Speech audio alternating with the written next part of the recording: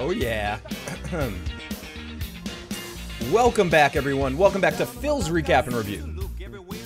I did it Cindy Brady, or was it Peter Brady? Crack of the voice there as I said good morning. I'm like, oh yeah. I wasn't sure if I was live yet. So that was my reaction. Oh yeah. Here we go, everyone. Welcome back to Phil's Recap and Review.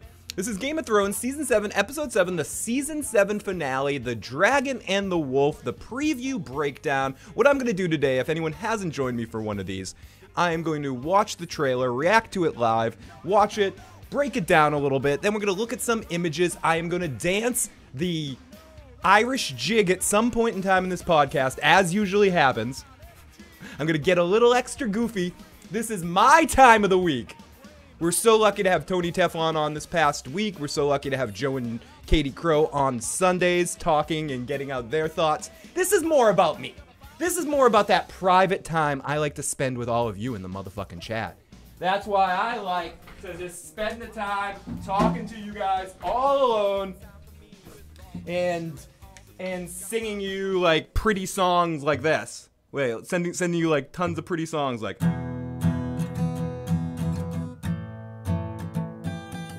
Ho ho hoey door, Tyrion's got a Hodor. Ho ho hoey door, Tyrion's got a Hodor. When Tywin's tucking in, free from all his sin, waiting for all his kids to stop fucking each other in the hallway. Tyrion has sex with prostitutes. He wants to find that girl and put her in his room. So ho ho hoey door. Okay, enough of that crap. Enough of that crap. That was the song that was owed. Someone requested a song on the super chat wheel for a Tyrion Hodor song. So there you go. The Hodor is there. I'm here. Hi everybody. No boogies on my nose today. It's funny. Since doing that Defenders podcast, anyone who watches my streams more often, I did a Defenders podcast a couple of days ago, and I came out of the screen, you know, the screen went down, and I came out, and I just had, seriously, like, a boogie hanging from my nose down to my chin. It was the biggest boogie ever. But no, thank you so much for everyone that donated in Super Chat, and I'm sorry I missed that song the other night. I forget who asked me to do that. I'm pretty sure I know who it was, but I don't want to give the wrong credit. Someone had said, hey, I gave Super Chat donation. You're supposed to write me a song. There you go. There's your Hodor song. Your Tyrion Hodor song. Oh my god, another song for the playlist. I guess it's another song for the playlist. I don't know how good that was, but... Prostitutes. Oh, fucking prostitutes. We got Al and we got Broke. Oh, I forgot to mention. We have with us the live motherfucking chat. The live motherfucking chat. Some of the best folks in the world. I love these fucks. I love these people. They're joining me live to watch to talk about this episode or talk about the season finale, to get excited for it. And I have to admit, no matter what, I know some people might not have been completely happy, and some people are super happy with episode 6, but I don't give a fuck about that. Episode 6 happened. It had its moments that I really like. The events in it happened, which are leading to this really awesome thing, where a lot of our characters seem to be coming together into one spot. For my imagination, it can only really be two places that we stop next week, really, in earnest. I mean, we might touch in at the Wall or touch in on the White Walkers and stuff, but for the most part, most of this story is going to probably be in Winterfell and then in the shit that happens in King's Landing. And I'm really fucking pumped for a good episode of Game of Thrones here, to see Cersei and Dany, to see two sides of the crazy coin interact with each other and go back and forth, to see Jon there too and see what Jon's reaction to Cersei is, and see what Jaime's reaction is to seeing the White Walkers, seeing what the Hound's reaction is to seeing the Mountain. So many different points that I'm looking forward to seeing what people's reactions are to what's happening coming up in episode, I was going to say episode 10. Episode 7. It's a weird thing to say episode 7 as the season finale, but season 7, episode 7, the season finale, and it's going to be fucking great. Episode 6, the fandom civil war. Hello, all of you beautiful bastards. It's in the past. It's time to move on to Sunday. Exactly, Biggie. I know some people had some problems here and there, but whatever. You guys are too much whinging or some shit you were saying about us. Whatever. Deal. It's over. Let's move to episode 7 and try to have as good a time as possible. What's up, The Walking David? We have The Walking David. It is amazing to see you, buddy. Love you. We got Craig donating the super chat donation. Craig, I hope you received your card in the mail pretty soon. Who in the Dragon Pit scene, there are 2 sets of stairs going underground. Do you think Cersei will use them to set? It's a trap. I do think something's gonna be going on. Cersei made a comment earlier in the season about how she needs to handle the situation like Tywin does. So it's hard for me to imagine her handling this whole situation straight. She's got to have some hijinks. Some hijinks are afoot here. I'm trying to think of that word from what is for anyone in any Better Call Saul fans, what does Chuck say about Jimmy, what Jimmy's doing? He's doing some hornswoggling, or what's the word that it was an episode title this year. But Mark Hunt, great to see you. Craig, gross boogies running down the nose. What up, Phil? Perfect timing to get in here, but we're here today, so we also have our special wheel camera. So let's do the wheel camera for Craig. Hopefully, Craig, you ain't got shit to do. It's Friday, Craig. It's Friday. So Craig gets a spin of the wheel as we wait. Did that really land on Phil Drink? It's not even noon. Phil Drink. I'm gonna stall a little bit on that one, but I owe Craig a drink. So it's great to see all of you guys in the live chat this afternoon. Oh, it was Scout Teeny who wanted me to do the Hodor tune. So there you go, Scout. I practiced it better than I performed it. I got all nervous in the moment to perform it, so maybe I'll get a reprise of it later. I did the chorus before the verse. Well, fuck, no. See, anyone who's a musician knows it's the musician explaining there, you know, fansplaining, there's musician-splaining. Whenever they play you a song that they wrote, no matter how good or bad it is, you get like it's hard to explain. Not every musician gets this, but you know, a lot of them I know. You start rationalizing, oh, it's okay, it's not finished yet, it's not very good, it's not a very good song. I mean, you know, listen to it, do what you will, don't worry about it. It goes to something I was talking about Tony the other night, the cracker thing, the Eddie Murphy cracker thing. You starve for a long time, someone hands you a cracker, you eat the same cracker every day, or someone tells you it's the greatest cracker in the world. That cracker better have fucking like a cape flying over and a big S on it, and give you superpower like Bugs Bunny does in that cartoon when he eats carrots when he becomes super bugs. What up, Steven? Great to see you. Hopefully your meeting isn't that fucked up. Tyrion might be Hodoring Danny, which is why he's trying to send everyone into their death, says Mark. Welcome to everybody. Where did Phil get that wheel? Plot hole. It's true, Hawk. Stupid plot hole. Chicanery. That's the word I'm looking for. Thank you, everyone in the live motherfucking chat that said that Phil's a bit rusty. It was always Friday for me. It's Friday. You must drink. You must drink. It's definitely chicanery. So I think Ritz Cracker. That's a fucking Ritz. No pussy is worth $150 million here. $150 million. I'd like to meet some pussy like that. Put that shit on layaway. Put a big S on it. Have a cape hanging out. Then you turn to a picture of Johnny Carson. Johnny takes 100. And Johnny's wearing 300 million. I'm sorry. I'm going to start just randomly quoting scenes from Eddie Murphy Raw right now. Oh, I love that Dickens song. Did you see my text long shaft? I don't think I saw your text about the long shaft. I will look. We do have a text number right now if people want to text on in or call on in. I'll get to those at the end of the podcast. This usually isn't the podcast. I get the calls and shit like that. It's more my babble fest, but I will get to some stuff a little bit later. We also have the phone lines open. Theoretically, they should be working. We were having some real, not the fun kind, not the kind that our buddy it disappeared? Where is it? Where's my technical difficulty sign? It just turned into a big weird black screen of death now. Let me get off that. I'm sorry. I had this whole thing to put up there. It was gonna be fun. It was gonna be silly. I was gonna say technical difficulties, not these kind of technical difficulties. Not these kind of technical difficulties.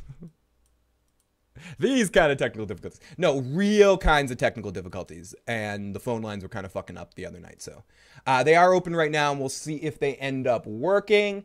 And, of course, someone requested it, so. Dick gone, gone, gone.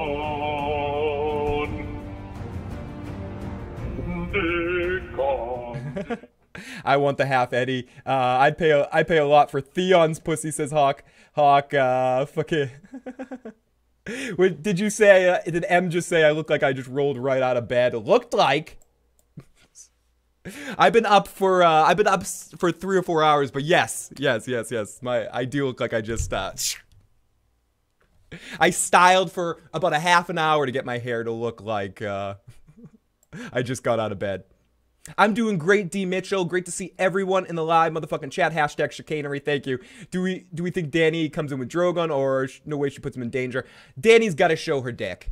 She has to at some point in time. She needs to come in there with a big show of power. That's how she wants to come in, facing this other queen that thinks that she's taking her shit. So I think Danny is going to come in some big, ridiculous way of some sort. And whether it's she comes up through the tunnel in flames, like she walks out with like kind of a parlor trick, like she walks through flames to get out there. If I had Danny's power set, that's what I would do. I'd have Tyrion like light a whole big blaze right there in front of the door, and have Hodor right in front of the Hodor, and have Daenerys walk through covered in flames and be like, yeah, bitches. I think that would be even more beneficial than dragons, because they all know the dragons exist. Cersei's never seen them, but Jaime has, so we know the dragons are real. Whereas seeing her unburnt would be a bigger fuck you. Like, okay, I can't be burnt either. Watch. So that's probably what I would do if I was her. Are we going to have a big battle next episode? What do you guys think? Here we go. We're going to need... Craig, all I can say to you is wait till Sunday. Craig made a comment in the live chat. I don't recommend looking at it. But you said something about a song, Craig. Careful for what you wish for. There may or may not be something out there in the world already. So let's not waste any time. Night King is rocking the Pink Floyd The Wall. And glad to finally see. Great to see. I kind of miss the man bum. I kind of miss your man bum, Phil. No, you don't. It's gross. But it won't be the last time I wear my hair in a man bun. I can't lie, for being in this hot fucking sweat as balls room during the summertime doing a podcast, the man bun actually did help me feel a little cooler. But yes. So Quixote made that request. Maybe I'll put that on the wheel as a spin and win. Hasn't even gone to bed yet. We got the Dick Hunt songs. Odds of Jon's resurrection being mentioned in this episode, and odds of Jon's parentage being mentioned: 0, 10%, 50%, 75%, 100%, 100%. Parents, 100%. Resurrections, 50%. Because we've talked about the resurrection a lot. Great to see DJ11. Lots of love to DJ11. I've been waiting to find out what's up with that smoke monster. Me too. I've been wondering what's going on with that island. Hurley's been there all this time. Oh, whoops. Wrong. Shit. Oh, sorry. Talking about another show. So let's get to this. Let's not waste any more fucking happy horseshit time. And let's get into watching this trailer. First, as I know I'm going to watch, as anyone who's watched this before, we're going to watch the trailer first, and then I'm going to come back and comment on it. So let's watch this fucking thing and get excited for what's coming in this next episode.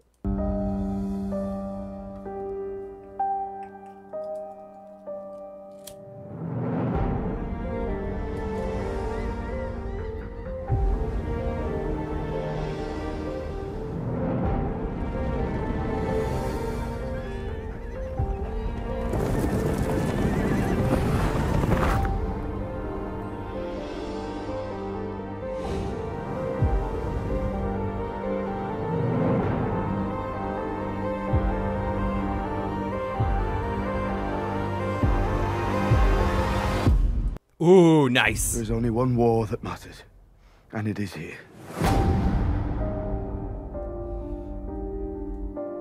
So there it is. Let's go to the live chat for 1 second. DJ says, mad love back to you, Phil, except you suck for, you fucking suck for, being awake. Or keeping my ass awake. Sorry, buddy, but lots of apologize for that. Girls love the man bun shows off your face. Damn you, Phil, for that fucking Lost reference, you fucking asshole. But yeah, there was a polar bear in last episode. Dragons are easy targets. They're not immortal. Man and undead have killed them. Yeah, so to see like someone unburned would be a really fucking awesome thing. Cammy's in the live chat. Scout, CJ. Oh, great to see so many people. So many of our friends. Penny Lane. Lots of love, Penny Lane. Penny. Good to see you, Penny. Man Punch shows. Oh, thank you. Shows off the fugly face. Thank you. Shows off my fugly face. Night's King is a beast of Titan. Theon is reeking out in this episode. Oh, we're gonna see him reeking out. Rest in peace, Top Knot. Playing Attack of Titan theme song over and over for the trailer hype. Here we go. Lots of love going on in the live chat. You guys are amazing. Night King is rocking the Immigrant song from Led Zeppelin while riding Viserion. That would be a fun edit. Yes, I get to catch you live while I'm on the road. Big Kev, good luck in the tournaments, my buddy. I'm sorry, but I realized I don't want to see anything beforehand. I want it all to be a surprise, makes it more interesting, so I'm going to go. I'll be back for the recap. See you later, Pick a Destiny. Lots of love to you, buddy. Take care, and we will talk to you soon, my friend. And let's go back to this trailer, and I'm going to stop a couple times here.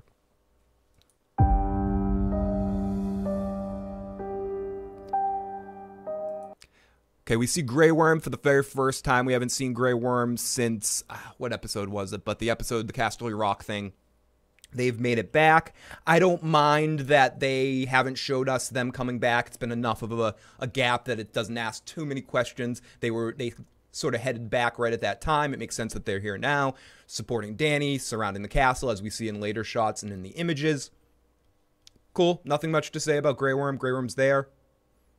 And the Unsullied are back with Daenerys.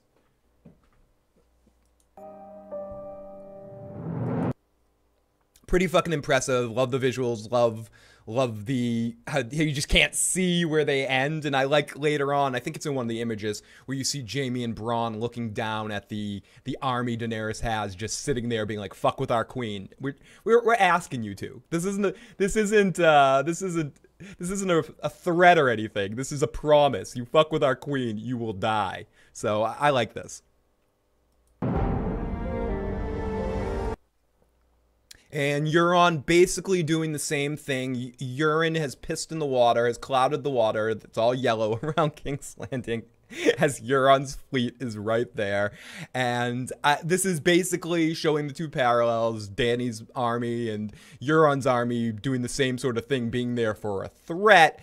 But I don't know if Drogon's around or Dany's around. I don't know how dangerous the boats are, but still, it's an interesting parallel to show the Unsullied supporting Daenerys and the setup, which is ultimately, I think, there's a lot of things, as I mentioned at the beginning, that I'm looking forward to. A lot of people coming together, reactions and shit. But I think this episode basically is about the Cersei and Daenerys meeting and how that's going to go. I know about convincing them the White Walkers and all that sort of shit, and Jon's there. Jon's going to be a big part of this. But the peak point of this episode, the climax, I think for me anyways, is going to see the two crazy queens interacting. And I use crazy loosely. The one psycho queen and the egocentric queen. And the other one's the narcissistic one and the egocentric. They're both egocentric. Well, the one that wants to kind of...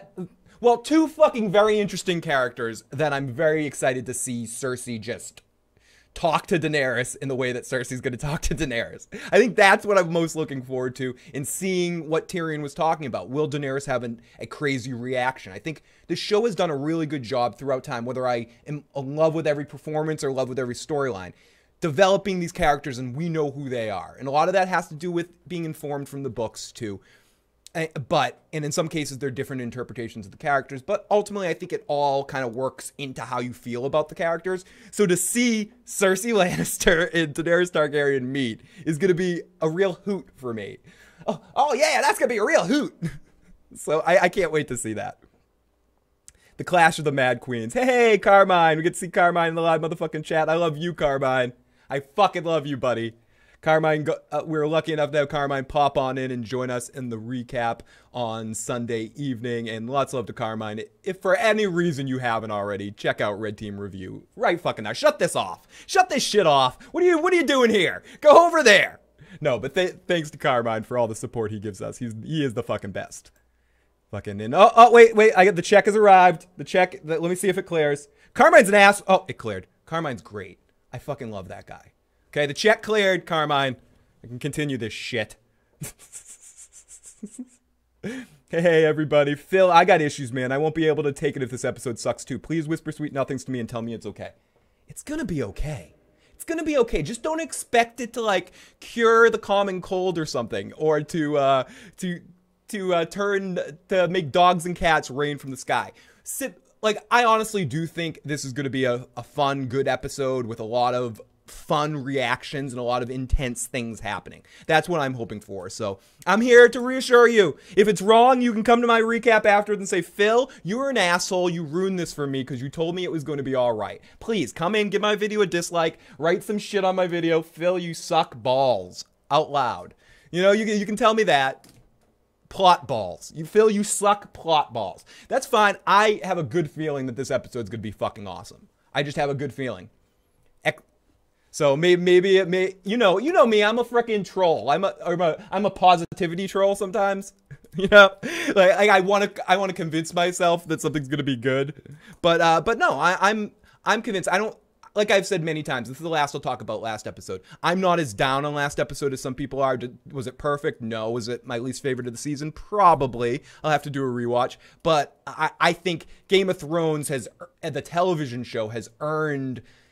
There's been way more amazing episodes than bad ones. And I think the trend usually is the second to last episode is the great mind-blowing one. But this is a 7-episode season. There's a different sort of rhythm to it. So maybe this episode will be the big, crazy, everything comes together, or just the intensity of seeing all these characters in one place and seeing the reaction, like I said, of the Hound, seeing the Mountain again, of Jaime seeing a dead person come back to life, and seeing Jon again, even, and knowing the Jon or having that interaction again. Cersei and Daenerys, I've been talking about ad nauseum.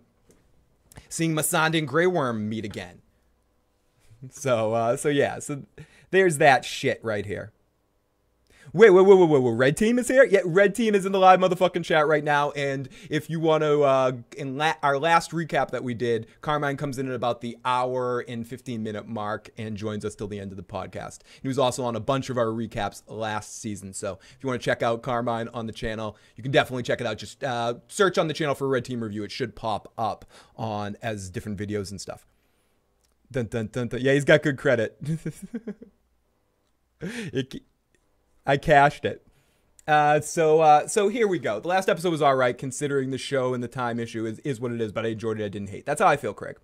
And so question and answering. Marry, bang, kill, sand snakes.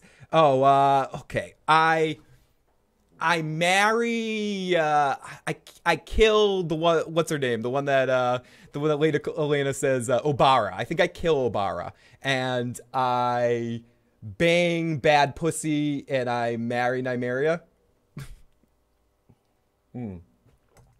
So yeah. So overall, I mean, I know it's, and when you're mad or when you're upset or when you're emotional in a moment, it's whatever. But looking to next episode, I think next episode is going to be intense as fuck. I'm expecting a very intense episode with a lot of conclusions to a lot of points, a lot of answers to shit that we're just going, why did this happen? What happened here? Like, I feel like I want some more shit being introduced to seed what we've seen in the past that might seem a little empty, and to add even more depth to it. I was talking a little bit about this with Tony, that can shit happen later to make what some people's issues with other episodes were, and I think it can. I think if we see that some things come together, and I'll talk more about this as we get into the trailer. So let's continue.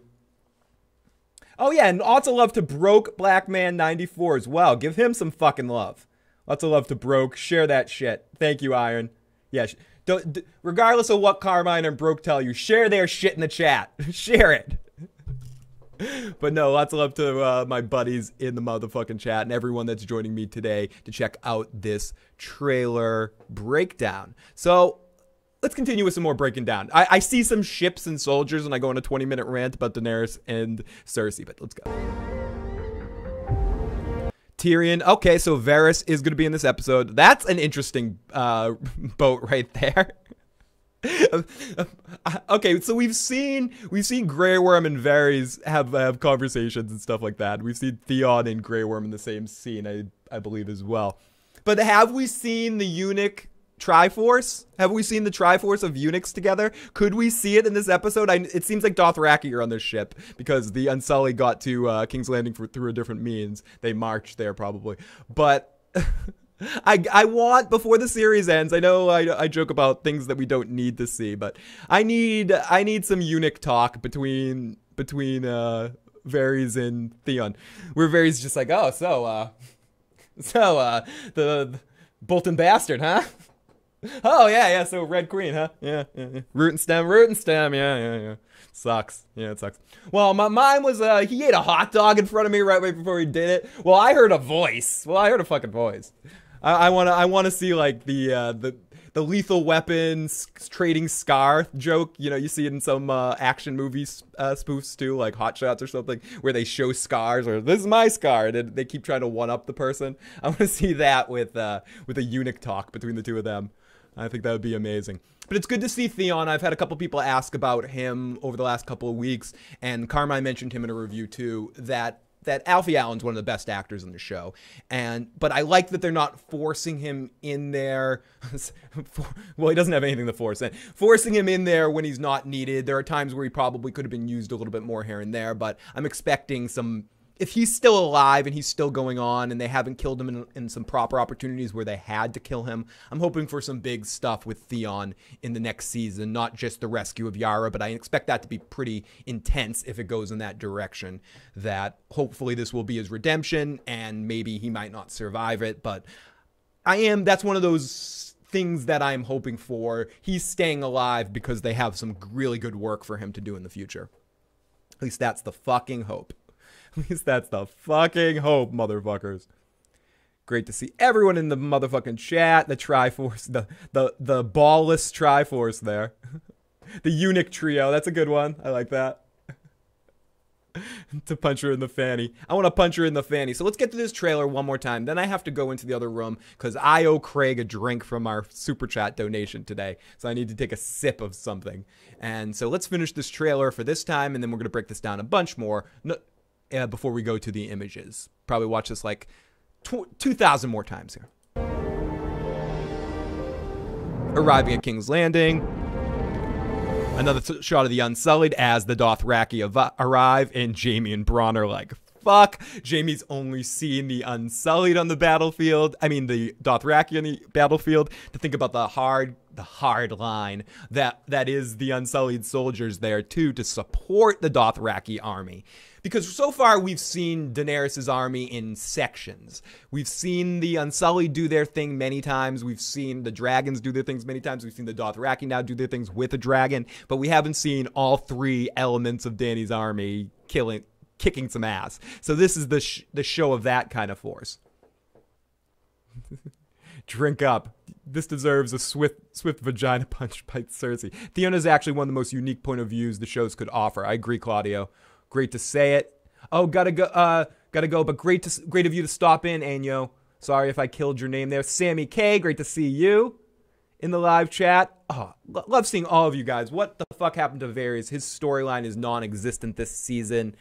I don't know if they know what to do with him, similar to with like a Littlefinger kind of situation where characters that are main characters that are big players in the end game, they kind of at least know bullet points of where to go, whereas someone like Varys or Littlefinger are not really point of view characters. It's hard to pinpoint what to do with them towards the end game. So I hope Varys has more to do. I hope being in King's Landing, we have a scene that he reconnects with his little birds, and we have that sort of conclusion to that storyline. Since he's in King's Landing, there's opportunity for that. So, or at least now that I don't know if he's going to stay. I don't know what's going to happen after the events of this episode, but I do hope we get a little bit of Qyburn and Varys little bird shit going on in this episode.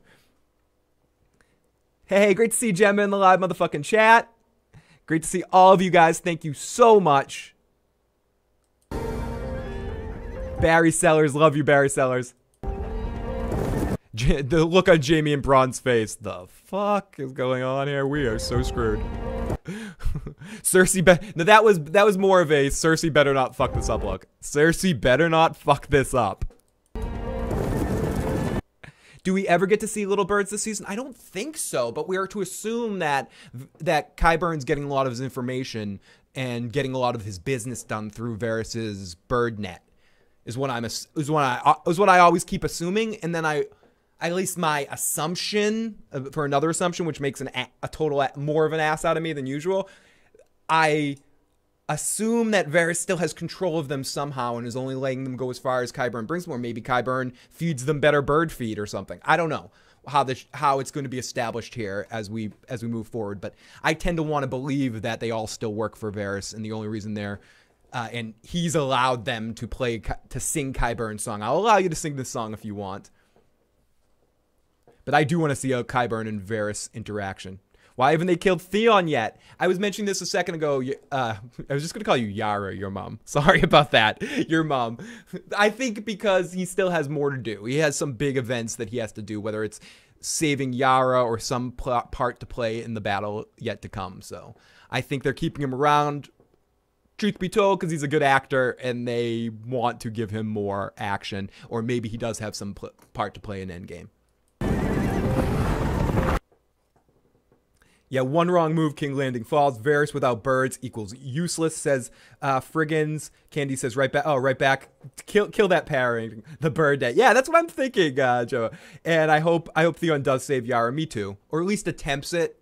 And I think he will. He owes it at least to her to attempt to do that. What was that quick flash of that we just saw? What the fuck was that quick flash of? Sorry, I'm rewinding this like 20 times. That's an awesome shot of the Dothraki rolling past the Unsullied. Or no, wait. Oh, that's just a shot of the Dothraki coming in. We got Sansa looking, like her beautiful self there. No, we're looking at Sansa just looking all mean and shit. But looking very like she's making a decision. Maybe she's thinking about what to do with the Arya situation. Maybe... I don't know. I don't even know where to go here. But she's in the snow walking around. Looking all dark Jedi-like. Theon being pissed off about something. Something mean just happened to him. Someone said something mean to him. Euron told him he killed Yara or something. Or some other shenanigans going on there. Long live Lady Sansa. It was a good shot of Sansa right there. And she's outside watching the snow. It finally looks like winter in Winterfell. Like real winter right there. That definitely fucking looks like Winterfell. I think this is a beautiful shot. She looks sadistic as fuck here in this. Very Anakin Skywalker. You could put the episode 3 Anakin Skywalker look, the trailer look, where he just kind of turns the camera and his eyes are all lit up. Somebody better at Photoshop than I needs to do this with Sansa on a gif of Sansa, where she turns right here and looks like Anakin with the crazy Sith eyes, because it kind of looks like a Darth Sith moment here. Pensive is the word I'm looking for. Yeah, good work. The music is beautiful. Always. Dude's name that I know, but I'm not gonna kill right now. Whatever his name is. The guy who also does the music for Westworld. He also does the music for Prison Break. So he is an exceptional at his job. And I think Prison Break's another one of those shows, no matter how silly it gets, the music's always exceptional on it. Westworld, another one. Such an incredible score on that one. And Sansa is Anakin, confirmed. Anakin Skywalker looks like a dweeb. Yes, he does. Hell fucking yeah, he does. And what? This just in. Anakin Skywalker looks like a dweeb. This just in. Water's wet. He's a fucking dweeb. But Obi-Wan is holding me back. Sorry.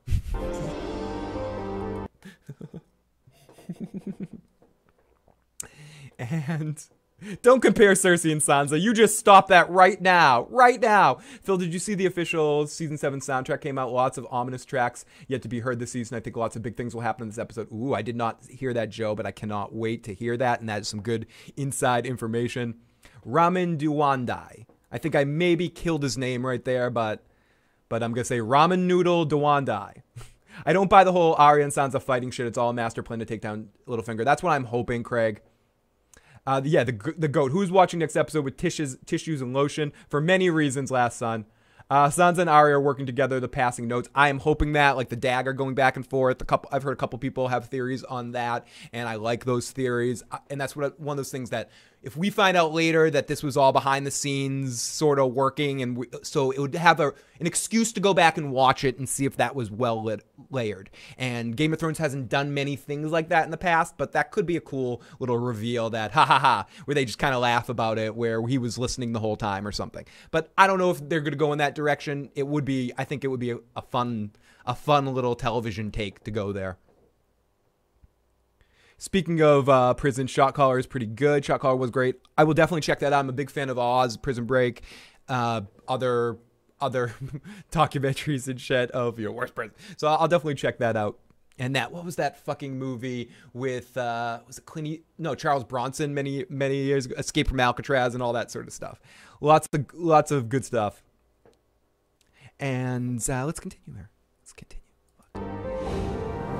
I don't know why. Maybe it's because it's like my deepest fear in the world to end up in fucking jail because I would die quickly. But I like watching prison dramas. I don't know. It's fucked up. It's wicked fucked up.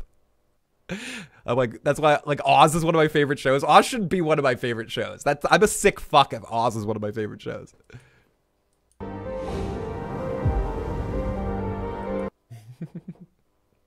There goes Phil giving D&D too much credit. They're good.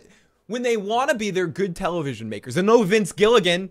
Do I want Vince Gilligan to do a hostile takeover on Game of Thrones and take over season 7? I mean, take over for season 8? Yes. But they've earned some flexibility for me, I guess, as show creators. Or I want them to just have Miguel Sapochnik there direct every episode of season 8. Because I think when he directs, he can they're good kind of plotting things out. They're not good at the details of it and kind of getting into it. And obviously they're past it. I don't want to go down on a big rant, but obviously they're past it, moving on to their new show. They're not like, at least I speculate, and a lot of people speculate, they're not quite as passionate about the project as they used to be. So I think if they want to be, they're really good television makers. But that's why I'm excited as we move forward into prequels and to all that sort of stuff, where you get people that maybe are excellent television makers and they're excited about the project and they're not having to, stick it in past the point where they really logically wanted to finish it. So I'm not necessarily taking them off the bat, but I'm hoping that they're decent television show makers, and that would be a cool television twist. D&D are good with abundant source material. They're kind of fucked now. I agree with that. When they are attributing to something, and I'd also like to see their new series when they get how they are when it's their idea and when they're coming from their perspective. I think it's a better judge of it. When they're in this, where they're working against someone else's material, where they have a whole freaking subsection of people that are familiar with the source material that judge them based on that, or people like me that judge them based on other great television shows and something like Breaking Bad or something. And where I'm judging Game of Thrones is it going to be the greatest television show of all time? And I know some people, shut the fuck up. Who cares about that? I care about that. And you might not, but I do. And because I care about lists, because it makes sense to me. So Game of Thrones is going up against a lot of competition, so to speak, for how they finish things off. Blubbity fuck blubbity blah. No, give me a fucking break. This editorial is brought to you by Phil's Asshole. From Phil's Asshole, you get so many points, so many songs, so much bullshit. Phil's Asshole is not a subsection of Issues Entertainment. Phil's Asshole has its own song and its own line of cereal.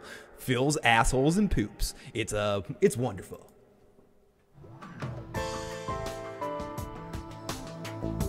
Phil's Asshole. Phil's Asshole, coming to a store near you.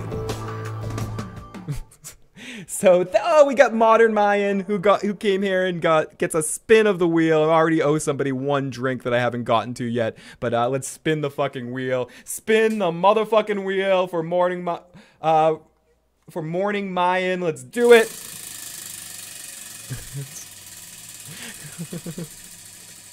So, Land on review the Fear the Walking Dead. Make up a song on the caller's on the person's topic. I have to make up a song.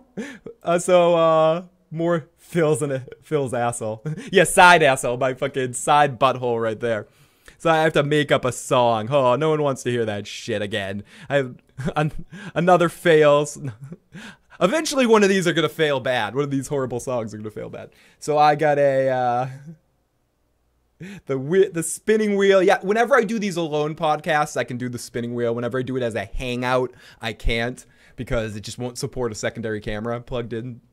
But when I do them on this thing, when I do them on OBS, I can have the spin camera.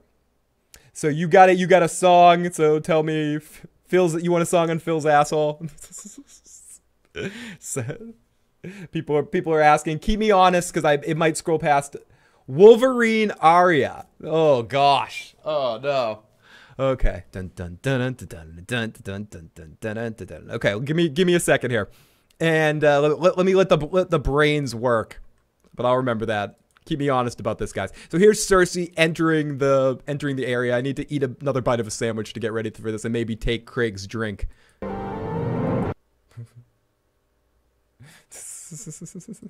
So let's rewind this a little.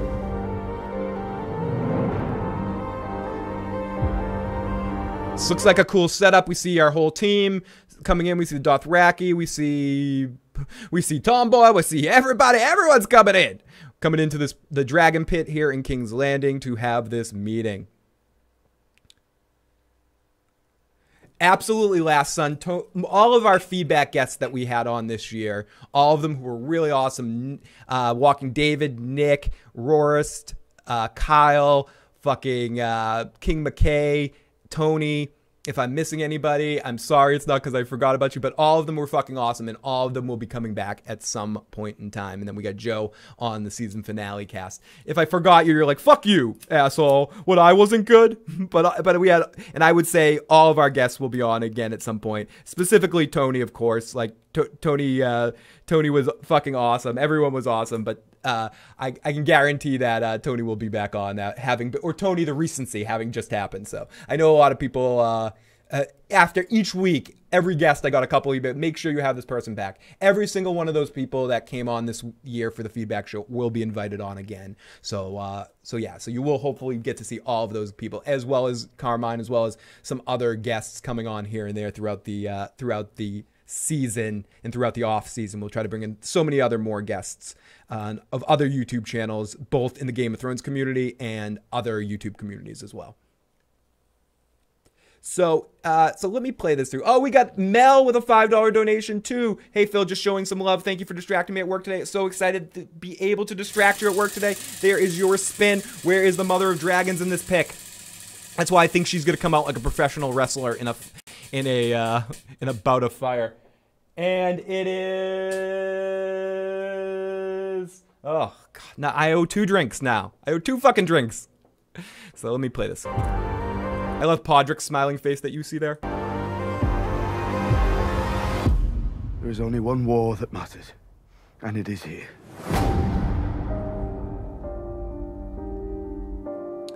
And then John saying his line. Okay, I'll be right back, everybody. Let me pause this for 1 second on this slide of Theon, and I'm gonna play a quick song while I run into the other room and grab something. Here we go. Here is, what the fuck? No one wants to hear this shit. No, here is courtesy of Petey's live music. Begin, my lords and ladies. I am Tyrion, son of Tywin of Clan Lannister. I'm going to die. May as well be with a song in my heart. Imp, dwarf. You should have stopped at imp. Drinking and lust. No man can match me in these things. I'm a monster. Drinking and lust. That's what I do. I drink and I know things. The Lord of Light wants his enemies burnt. There you have it. The drowned god wants them drowned. Nothing to worry about. Why are all the gods such vicious cunts? Where's the god of tits and wine? I drink. I'm a vile man. I drink. I confess it. I drink. I'm a vile man. I know things. I'm a great fighter, too. I have lied and cheated, gambled and That's whored. what I do. I am the god of tits and wine. What about... Okay, I'm back. I'm back. Let's finish this trailer. Oh, and we have Jade Melly, who donated, and I'm going to allow not just spins of the wheel, but also requests. So I was just taking a bite of the sandwich for you right there. Hell yes. There you go, Jade Melly. But you also get a spin of the fucking wheel. So, let's continue with the trailer here and finish this stuff off. Oh, there we go, Jade Melly. Which landed on both take shots, so I owe 3 drinks. But I am not going to take shots right now. It is way too early to take shots, but I am going to drink. So what I have here is... It's not too early for wine in the afternoon on a Friday. So I had the Game of Thrones wine here with a mushroom top there. So I'm going to pour myself some wine and take a couple of 3 big sips of wine. I think that's what I can handle in the afternoon on a Friday. Thank you so much for the fucking amazingness of the super chat donating. You guys keep me going and keep me being able to do this. So I cannot say enough thanks to you for all the support you guys have given me this season in the super chat. Seriously, it has fucking been amazing, and it helps now more than ever for a channel like ours. So thank you so fucking much. I don't want to have to say poopy instead of shit, unless it's for funny purposes. No, but thank you guys, everyone, so much. I really do appreciate that. Oh, poor Phil. It's past Friday. Yeah, he has to take shots. 3 drinks. Oh my god. Here, let's pour some wine. Let's pour some fucking wine. I'm gonna Tyrion Lannister this shit right now. That is Mario. It's fucking crazy. So let's get back to this trailer. Let's get back to this fucking trailer. Let's go. Let's go. Let's get back to this shit. Let's play the fucking trailer, asshole. You know, we're it's Game of Thrones, not watch a fucking hippie get drunk show. Technically, John didn't bend the knee, or did Danny accept in the scene? They mentioned it, but what did you think? He didn't technically bend the knee. He did the metaphoric bend of the knee, which is more important in that situation, that he pledged his loyalty towards her. It wasn't necessarily the action. He'll be doing a lot of bending for her soon.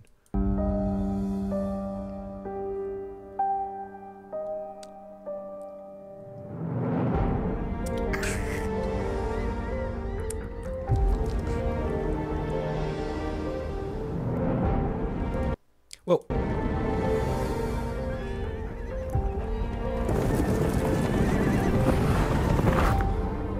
Whoa.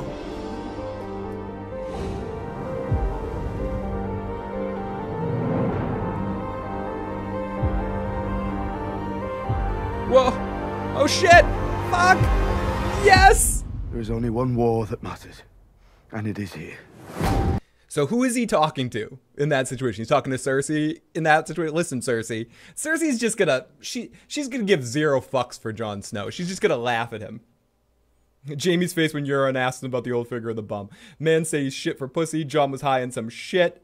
Shake my head. You forgot. Oh, we forgot Baratheon. We forgot, where's Gendry? Was Gendry and all that?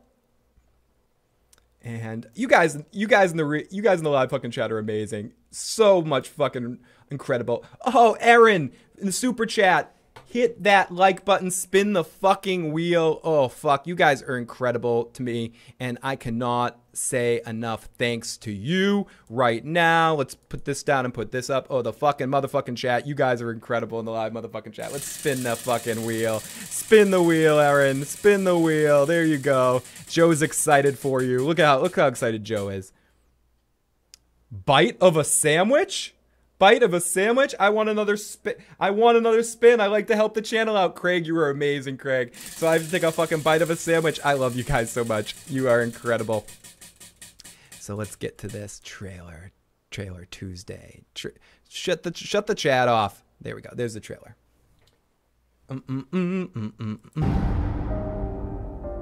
Craig, you're amazing, dude. Thank you so much. One more time.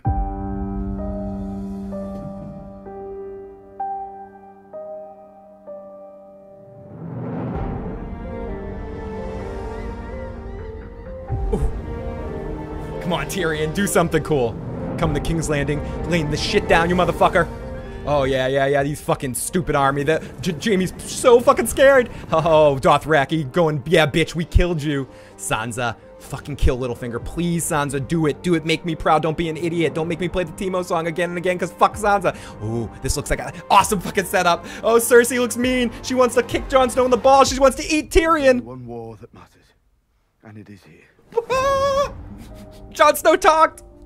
So no, I'm fucking pumped for this episode. I don't care. I'm fucking pumped as fuck for this episode. I can't wait. I think it's going to be really good. I think it's going to be intense as hell. It's going to have that sort of dready kind of feeling through the whole thing.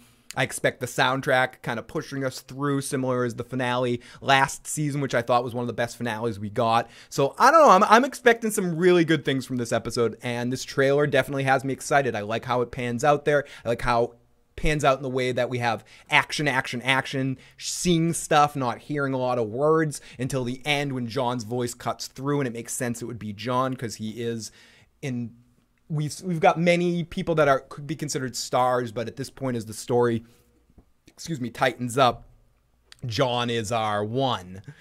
So it's very cool. Can't wait for this episode. I'm very bummed that we're gonna have to wait a lot of time for Game of Thrones. It's looking like they're going to start filming in October, and then we're going to have to wait till either the next December, the following December, or the following January or something. It's going to be a long wait for these 6 episodes, and it's going to be a lot. So I want to enjoy every fucking second of this. I'm going to bathe in this. It's going to be like a hot tub when you're on vacation and you're like, I shouldn't be in this thing. I'm overheating and everyone's gone to bed, or I've been in the thing like 27,000 hours and my skin's all fucking wrinkly and shit, or in the pool or something, or in the ocean or whatever, and you're just like, nah, I'm not getting out. This is like the second to last day of summer. There's no end to this. And so I'm going to enjoy and suck blood suck off this episode as much as I can. The Game of Thrones from now until it ends, until we have fucking only 6 episodes left. We have this season left of Game of Thrones. Fuck. Sorry, guys. Sorry to make you sad. Hey, Michael Bennett. Hey, Phil. I work a 12-hour shift tonight, so I should probably sleep. Saw you were live, so I had to pop in for a while and watch for a little while. All hail Sansa Skywalker. $10 donation for Michael Bennett. Always hilarious. Always extremely generous with the super chat this year. Thank you so much, Michael Bennett. You are incredible. And to all, again, I'll say it till my throat cracks up. Thank you guys for all your amazing super chat donations this season. It's really helping more than you know. So let's spin this fucking shit. Yeah, I want to suck that shit up, but we're not done yet. Bite of a sandwich. I have to take another fucking bite of a sandwich. What the fuck is happening to me here? And I have to write a Wolverine song and play a fucking song and shit. It's a whole bunch of fucking evil crap that has to happen today. And I'm not ready for this. I'm not ready for this time. I'm not ready to do it. Oh no. I'm not ready for this Wolverine song, and I lost my pick. I lost my fucking pick. That sucks. So long live Lady Sansa. Long live it. So let's get to our images now. Let's look at our slides. There we go. So a lot of people were asking.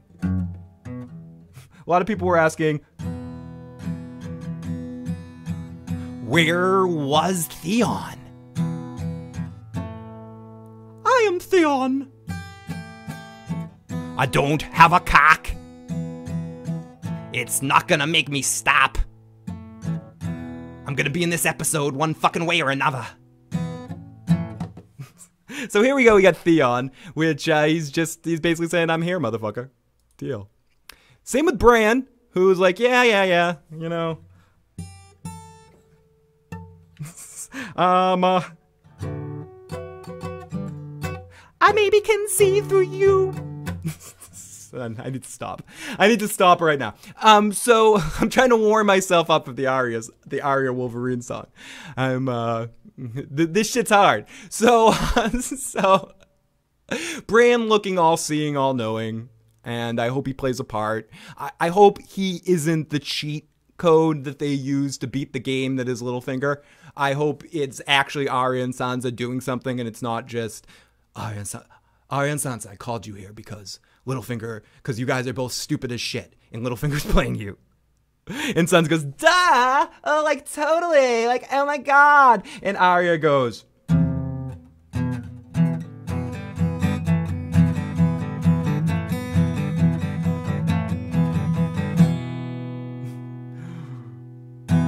I was on the... When you think I'm dead, you stab me in my belly till I leave. Now, it's a tough one. The Wolverine aria, what I was going to do. See, bump, bump, bump, you stab me in my belly till I leave. But you think you could stop me, you fucking dirty waif. What you didn't know is I was Wolverine. Bah! See, I think I need like drums for that version. Like, it would be like that. It would be like screaming shots. It would be like, baby. Sorry, I can't really play guitar. I'm just sort of like bullshitting around here. But so that's let me work on that. Let me work on that. I've got the rhythm of it. So I'm working on your song there. so think about it in that context. It's tough to perform. I need drums. And I need an electric guitar and drums. I'm such an asshole. So speaking of assholes, we have Jaime and Cersei. Jaime seems to be looking Wolverine. Yeah, it's the craziest thing and I don't even have a pick right now. Wait. And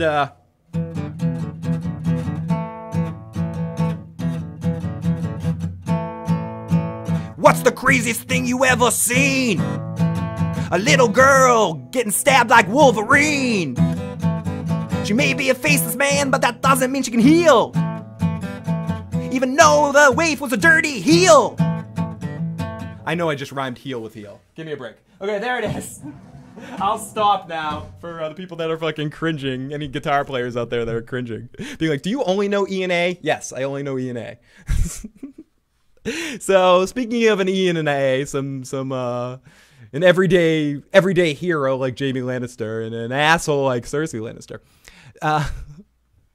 Here they both are. Weasel's Wolverine's sidekick. At least you can play. At least you know chords. I can't believe that I'm still hanging out with this bitch. Yeah, that's Jaime needs a speech bubble here. He definitely needs a speech bubble. And Cersei just looks like she's being a bitch to somebody. She totally just looks like she's fucking she's like, fuck you, I gotta go zero fucks to give. Thank you, Morning. Sorry it took you kind of stepped inside the songwriting process there for a second, working out an idea that eventually coming into closure. So an idea. Sorry, as I've mentioned many times, I'm from Boston. I throw ahs and everything. And I believe, it landed on bite of a sandwich. So I have to take another bite of sandwich. Jaime has the best armor. Jaime just looks cool with the golden hand, and just the actor that plays him is really fucking cool looking and is what I imagine Jaime Lannister to look like.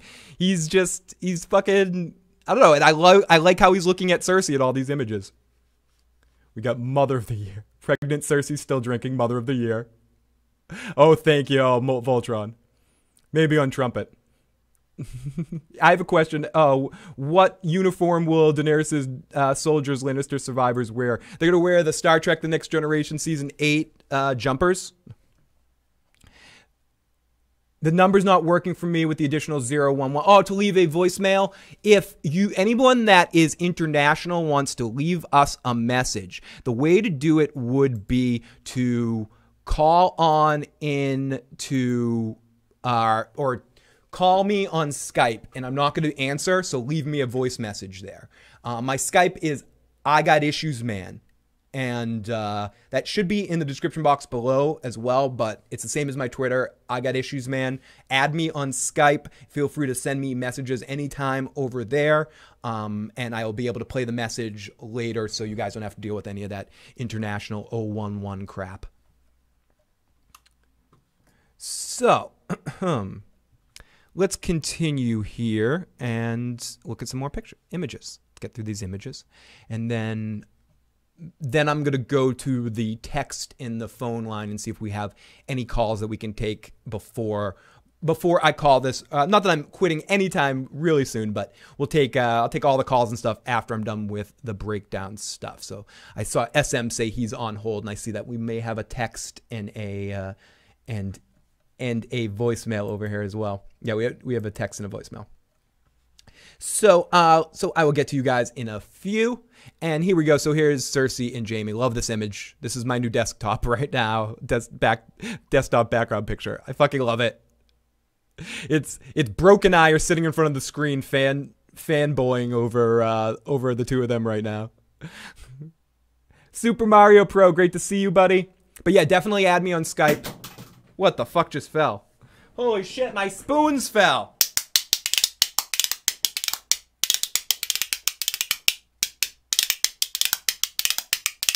Jimmy crack corn and I already don't care. Gendry survived and I already don't care. Gendry survived and I already don't care. Gendry survived and I already don't care.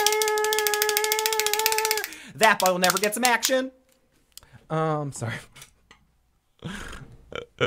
Yeah, thank you guys for indulging me, and thank you everyone in the live motherfucking chat, and thank you the super chat donators for making me a little buzzed and a little bit full from sandwiches. So next image is my season finale thumbnail picture. Is Jon Snow looking all pissed and angry, and Cersei probably said some mean shit to him. Listen, bastard. Listen, you bastard. I don't care about you or your claim to the north. Eat shit. I just took sip number 2 for my second of the 3 drinks I owe. Woo! Okay, and that was just all from sip 1, this extra goofiness. So, yeah, it's a good image of Jon. Jon's had a lot of really cool images as we've looked at them this season. A lot of similar expressions on his face. Tyrion and Jon, this is probably 2 seconds before this other one is taken, and I like seeing Tyrion and Jon standing together. Jon is his de facto protector in case Cersei runs at him crazy with a dagger or sends the mountain there. Not that Jon's going to easily stop the mountain, but he is Jon Snow. He just fucking take his tiny cock out and slap the mountain across the face, and the mountain would crumble because of Jon Snow's power. So, I like this. I like seeing Tyrion and Jon interacting, and I like that we've got them back together this season. The bastard broken thing. Great to see these broken things kind of at the top, made their way to the top of the heap of Westeros. So, good stuff there. Question, could Cersei finally outdrink Tyrion? Right now she could, because she's drinking for 2. So all of that's not going to her head. So Mother of the Year material continues. To be fair, Kit has only like 3 expressions. Phil, off camera, sips don't count. Sorry, man, this is not Game of Thrones. You're not like a Barristan sell me death here, Phil. You don't sip it on camera. It doesn't count. Pics or it didn't happen. Send me those private images. So yes, didn't happen. Off camera sips. You're right. Just let the Lord of the Land come forth. Gendry marries Arya, calling it just feel like something the show would do. They're all gonna die. Tom, I'll pretend drink with you. Phil is stroking his little finger when he stares at Cersei and Jaime. It sucks to drink alone. Thanks for the stream, Phil. No, thank you, Tom himself. Hey, Phil, will you watch the new Star Trek series on CBS? I absolutely will, and I'm going to be doing recaps on that series as well, with hopefully some other guests, other YouTube people that are into, they actually do Game of Thrones stuff too, that talking about some Star Trek as well. There's also a very special video coming out pretty soon, probably sometime in the next month or so, on ideas of Ice and Fire, with Quinn and I talking about some Star Trek. So make sure you subscribe over to Quinn's channel to look out for that video of the two of us coming out, probably, I guess, sometime in the next month or so. But yes, I'll be talking about Star Trek, and I'll also be at least mentioning Orville on our Friday shows. I'll be watching it, and at least the first couple of episodes, and seeing if I like it. So let's continue down here. Why would anyone think Arya is ever getting married like a normal girl? How fast do you bend the knee? Time to eat a sandwich. I do need to eat a sandwich. It's on the wheel.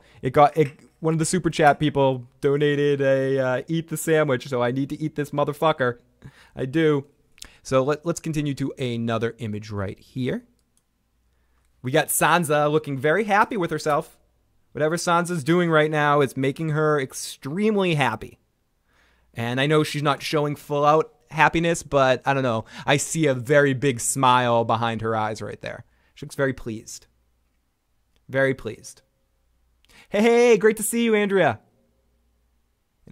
And great to see all of you guys that are able to join us on this afternoon stream. Ian said this earlier on Twitter, and it's true. I like getting to do these 12 o'clock streams on Friday. It's been awesome to be able to talk to a whole different group of you guys live that sometimes don't get to watch our videos right, on the air when we're going live because we're after the episode because of just time zones and stuff. So it's really cool to be able to consistently do this Friday, 11, 12, 1 p.m. sort of time thing. So let's continue on. We got Jamie and Braun. A lot of this is continuation from the trailer stuff. We got someone from India. Namaste from India. Love to hear you, Joe and Katie, talking about side buttholes every week. Also about Game of Thrones. First time catching you live. Cheers. Exactly. Proving my point right there. So lots of love from Boston out to India for you, my friend. Craig says, spin that shit again. Spin that shit again, motherfucker. But wow, amazing stuff all the way from India. But yeah, she looks very happy and very, very secure. Right now, I'm taking a bite of a sandwich to reward that super chat donation. Craig, I will be spinning the wheel in a second for you. Keep me honest. It's so awesome. Will the bastard bend the knee to his queen the next episode? I might even forgive him for his treason if he joins me. Queen. Oh, holy shit. Broke. Hold it together, buddy. We know that Broke Blackman 94 is a Cersei fanboy of the nth degree. And Queen Cersei Lannister is... Can I play this right now? Is she still there? Do we still see her in the chat right now? I don't know if it's gotten to that point in the live chat yet, but... Cersei Lannister is in the live chat right now. Holy shit. There she is. We see a Queen Cersei Lannister is in the chat right now. It's real. It's happening. Holy shit. So we need to stay calm. Cersei, I think everything's great. Don't burn me. Don't set my house ablaze in wildfire for going against you. I'm so your team. I love you, Cersei. Holy shit, we got another super chat donation. You guys are amazing today from Miss Chrono. Thank you so much.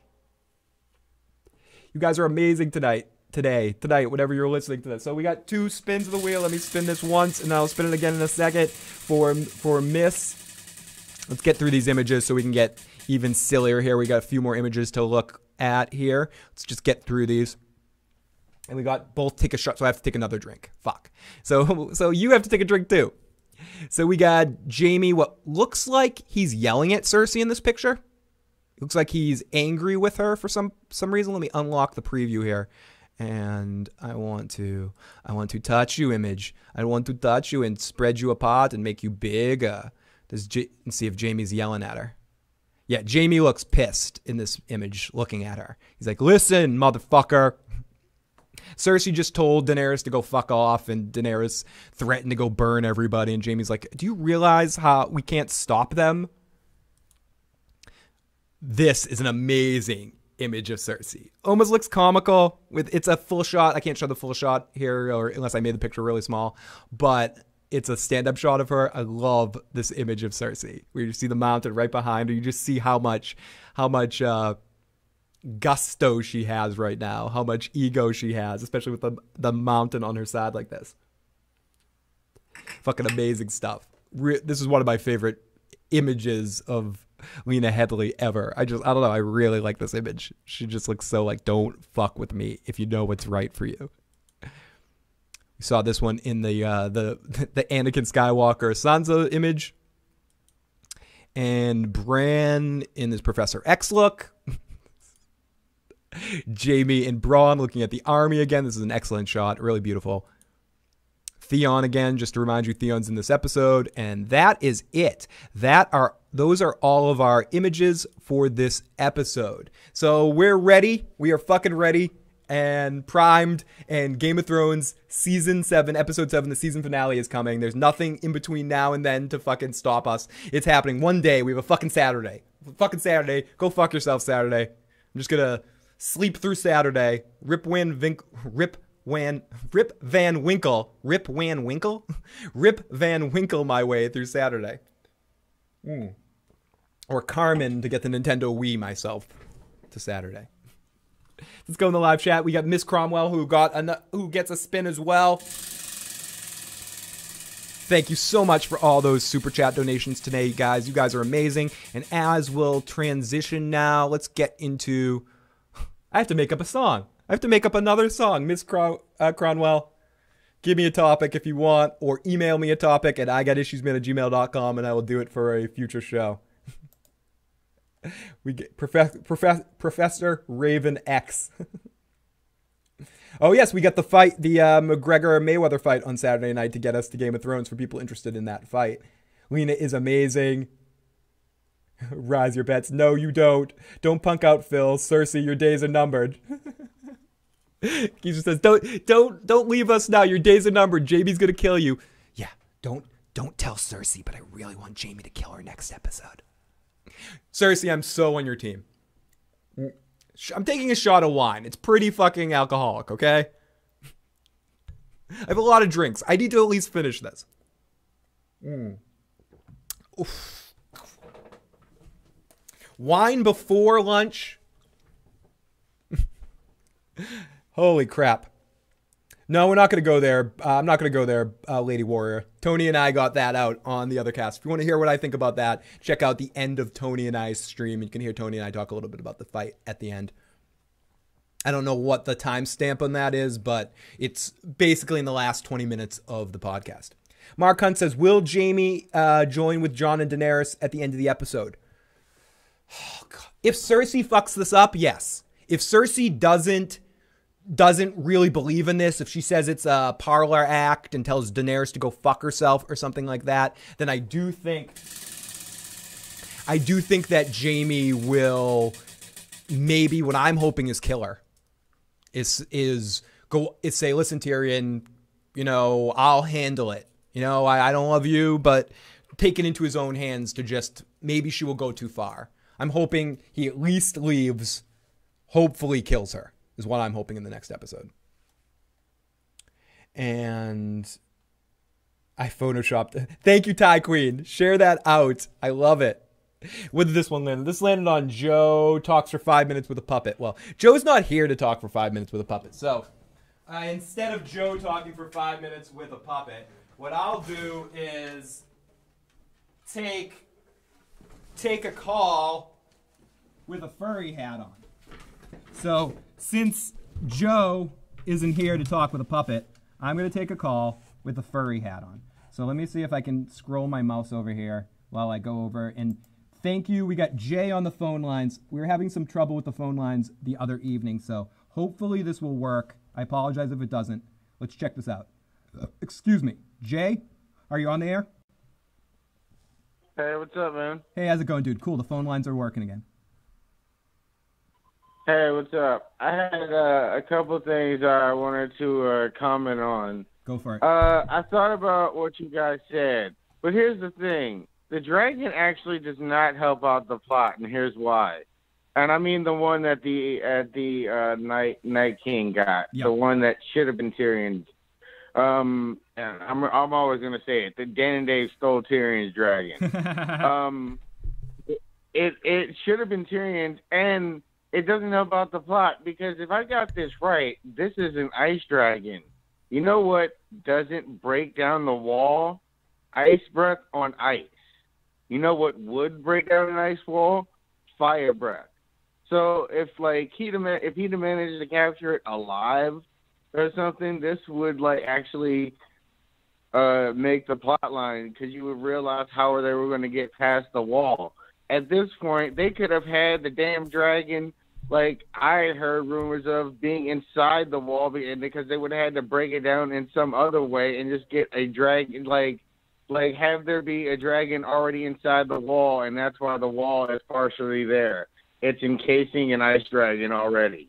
I heard that rumor. I thought that would have been cool. And that way you could still have 3 dragons alive for the 3 dragon riders that were supposed to be dragon riders instead of jipping the best character of your freaking show. If Tyrion is the Michael Jordan of the show, he may not be the MVP per episode, but he's the MVP of the entire show every single year. Bam. Just like Jordan was. just like LeBron's supposed to be now. He is that to the show, and they screwed him out of it. I'm not gonna stop being pissed about that. Awesome. The other thing sorry, Jay. Call right back. I ended up hanging up on you. Because I wanted to take this fucking mask off. So, but Jay, definitely call right back, and I'll get you back on before the end of the show for your second point. Sorry about that, buddy. And fuck, that thing was hot. I have to get that fucking thing off my head. I was so edgy to take it off. I was like, okay, Jay's done. Hang up. But we'll get Jay back on in a second here. Let's take a couple of texts that we have right now. We got Karan from Pennsylvania. In last season, Euron says to Balon, in the storm, God, I bring the storm. In the season premiere this year, Jon says the Night King brings the storm. Any connection? I know for the show, probably not going to happen, but are there hints in the book that Euron might be pro-White Walker? I am not sure about that. It is definitely a possibility. Euron is it's just a different thing altogether. With the Euron in the books, he's so much a different entity. I think show and books are completely on different paths. The Euron that we have in the show is a little bit of Euron, a little Victorian, a little bunch of other hodgepodge of television related things. So I don't think we're going to see that sort of thing on the show. I agree with your point there. As for the books, it's been a while since I've read it, so I'm not sure if I'm the best person to ask that question. I wouldn't be surprised if we do find out that certain characters in that universe are more connected to the White Walker culture, especially if we learn more about that culture in that medium. So I don't know. That's a definite good question. I would as we get another book, I think you're going to get a lot more of those answers in Winds of Winter. So, I mean, duh, for the obvious award of the night goes to Phil. I always speculate that you're going to get more White Walker lore in Winds of Winter. At least that's what I'm thinking. But there we go. Phil, your place kind of looks like inside the Little Shop of Horrors. It is. My dream scenario, I think I joked about this before, but if I ever had like lots of money, I would make Pee-wee's Playhouse. Not what he's doing in his pants in the theater. I would make a room like that. And this is the closest thing that I can have to it so far. So I keep wanting to add little gadgets. As I mentioned, I'm going to get more carnival games and more silly things. I'm going to get cheery at some point. Oh, cool, SM. I'll get you back on in 1 second. Just going to take these two texts, and I'll go over to him and let Jay make his last point. And attack a motherfucking Titan, giants, and walls. Ice dragons are made of ice. So Lady Warrior of House Brady, lots of love to Lady Warrior of House Brady, is saying, and this we're going to find this out. Hopefully we'll get more of this in the next episode. The debate on whether it's an ice dragon or whether it's a reborn or reanimated fire dragon controlled by whites. I tend to think it's the latter, that it's not necessarily an ice dragon. It's not going to spit ice. It's going to spit fire, and it's just an undead dragon in the same way like an undead polar bear or undead giant or something like that. It's just an animal that they were able to bring back to life, but it's going to have all the same powers of the actual animal. At least that's my speculation. I could be wrong. Jake could be right. Some people do seem to think it might be an ice dragon. I hopefully will get to see in the next episode and see the Night King with that. And it isn't like we don't see the Army of Dead until episode 2 of next season or something like that. I hope we do get continuation of that storyline in this episode. OTDA, great to see you. Great to see everyone in the chat today. I say it a lot, but you guys are amazing. And you guys, I could just sit here and go, oh yeah. Oh fucking yeah. Can you imagine how Beavis and Butthead would handle the Dickon song? What's funny about that, if you listen to the end of the Dickon song, let's play. Where's the real Dickon? This is the original Dickon recording that made by Pete's Live Music here, and let's play it one more time. Dickon, Dickon, Dickon. Dickon, Dickon, Dickon. Dickon, Dickon, Dickon, Dickon, Dickon, Dickon, Dickon, Dickon, Dickon.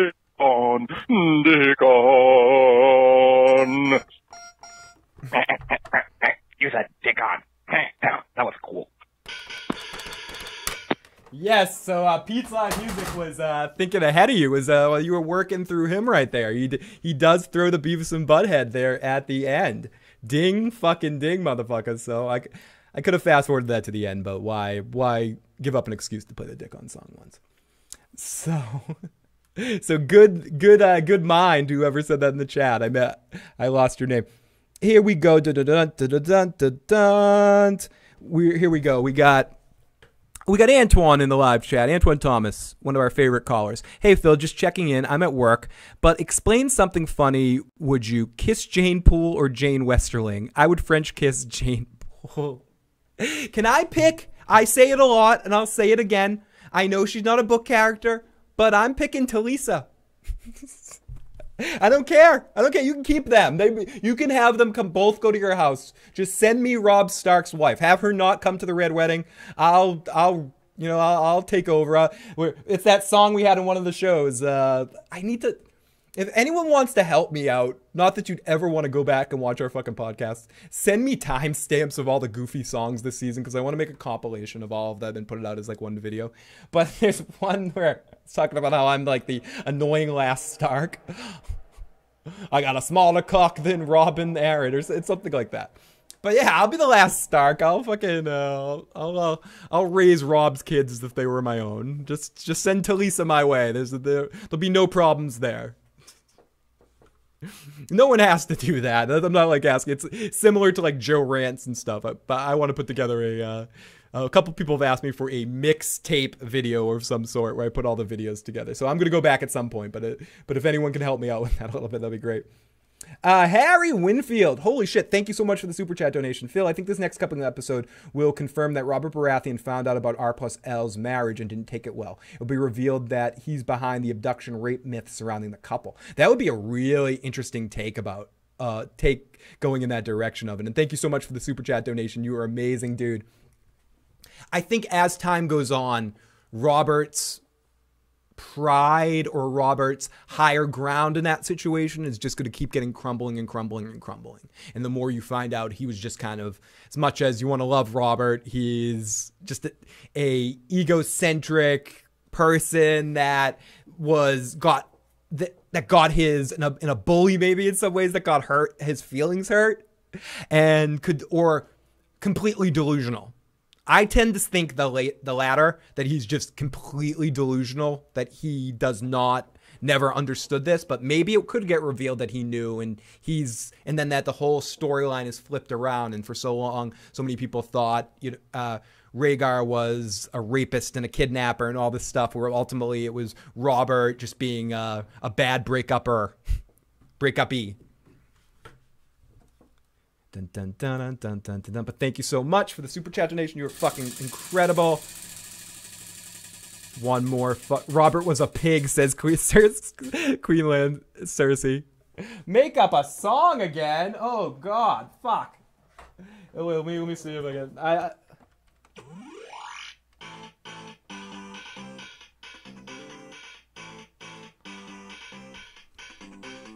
Robert fucked Cersei. Robert fucked a whore. Robert fucked everybody he could, but he couldn't fuck that boar. The boar fucked his bum. He ate him and then they come. Cersei got him drunk and it wasn't around. Motherfucker was round. The motherfucker was round. Robert was a fat motherfucker. He didn't know his shit. He started a fucking war when he didn't need to. What a fucking bitch.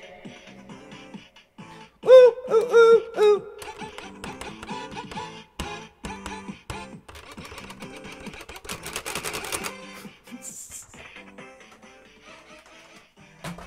Okay, sorry if that was horrible. Oh wait,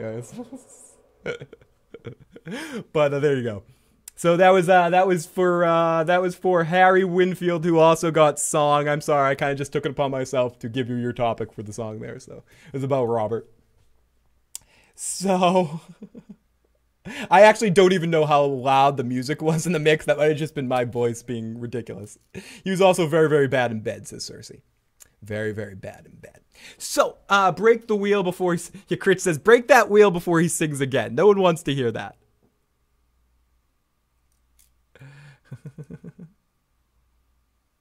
Everyone's like, what am I doing with my life? Why am I sitting here watching this? Wheel is rigged. Phil's making a horrible, horrible album filled with awful songs.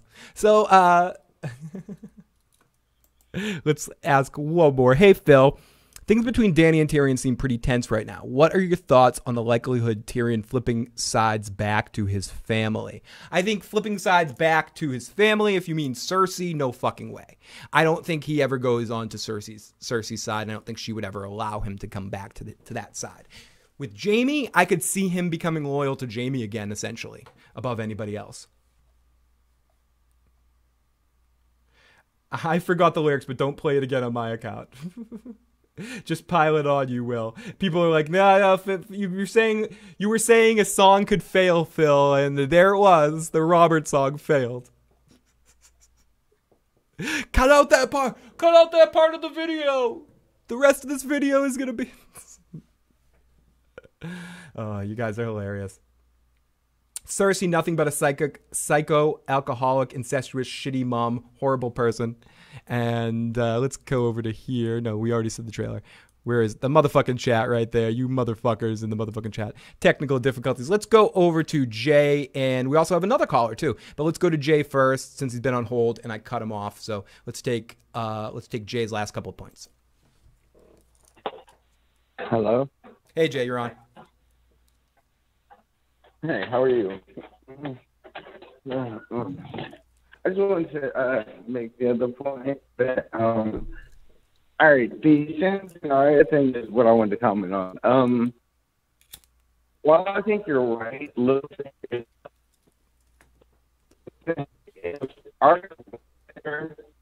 I think Santa was trying to usurp John and he was gone.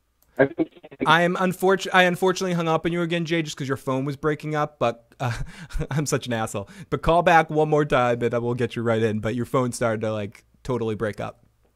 So let's take another call while we're waiting for him to call back. Area code 919, what's up? Hey, nothing much. Hey, it's the Talker. Hey, Bloody Talker. That's tragic for Jay. I feel bad for him. He started coming through and then went to a robot, and that was no good. 2 quick points real quick. One, the song was terrible because you went off of your plan. You got to go back to the Dany and the Breakers of Chains and continue down that album path. You know, you've got Khaleesi, The Great Grass Sea, and all those songs. Very true. Very true. Stick with that. I broke out that was the theme. Golden age. Right, I broke out. That was one of my older tracks that I was trying to play for the audience that just didn't fly. It's outdated. You got the whole Dragonstone album cover even set up too. You know, them all standing on the beach and stuff, ready to go. But serious note though, the whole fire dragon deal, right? I kind of watching back at that scene, the whole javelin throw kind of pissed me off. I feel like he didn't throw it at Drogon because those spears aren't as deadly as we think they are. If you look where he hit Viserion, he hit him right under the wing. And then right after he got hit there, you see fire just bellow out of his wound. I think he hit, like, the flame bladder. Mm-hmm. Like, if you want to think of, like, a fish has a swim bladder, I think the dragon's got, like, a flame bladder, and he nailed that on purpose, which I think purged the fire out of the dragon. Interesting. So when he hit him... I'm not sure if it's... Oh, no, I was going to say, so interesting. I also have to disagree with you with he can bring... They have all the same abilities. You know, whites really don't have the same abilities. Like, you know, they lose a lot of their intelligence. Mm-hmm. They can't speak. They can't do. They walk clumsily. You know what I mean? Like, they're not exactly like they were before they were turned. You know what I mean? But I'll let you guys get on with that. Awesome stuff. Awesome stuff. He's great points. And what I was going to say with the fire sack, that makes a lot of sense to why the flames engulfed the dragon after the fact, and when it hit, if we're picking that apart, when the dragon got hit with the javelin, the flames sort of like took over the dragon and brought him down. to give him a crown for a king. So let's go back to Jay, and hopefully his phone is a little bit better at this point. So welcome back, Jay. Hey, like I was saying, I was saying if Sansa would try to usurp Jon, the way I see this is what Arya was doing. Like, I kind of believe it's a triple reverse. Maybe they're trying to show public, like, discord to trick Littlefinger or something. But I also think it's Arya, like, warning Sansa, hey, if you fuck with Jon, I'll off you. Yeah. Like, so, like, I don't know. I think Sansa should, I don't know, how Jon basically bent the knee to Daenerys? I think Sansa should just go bend the knee to Jon and just be like, hey, I got your back no matter what. And, like, here's the thing is, she'd have to be 100% truthful about it when saying it and not have any kind of malice or lying behind it, because Arya now knows how to read lies. Yep. I agree with you. She learned it from people that taught her to be an assassin while doing it.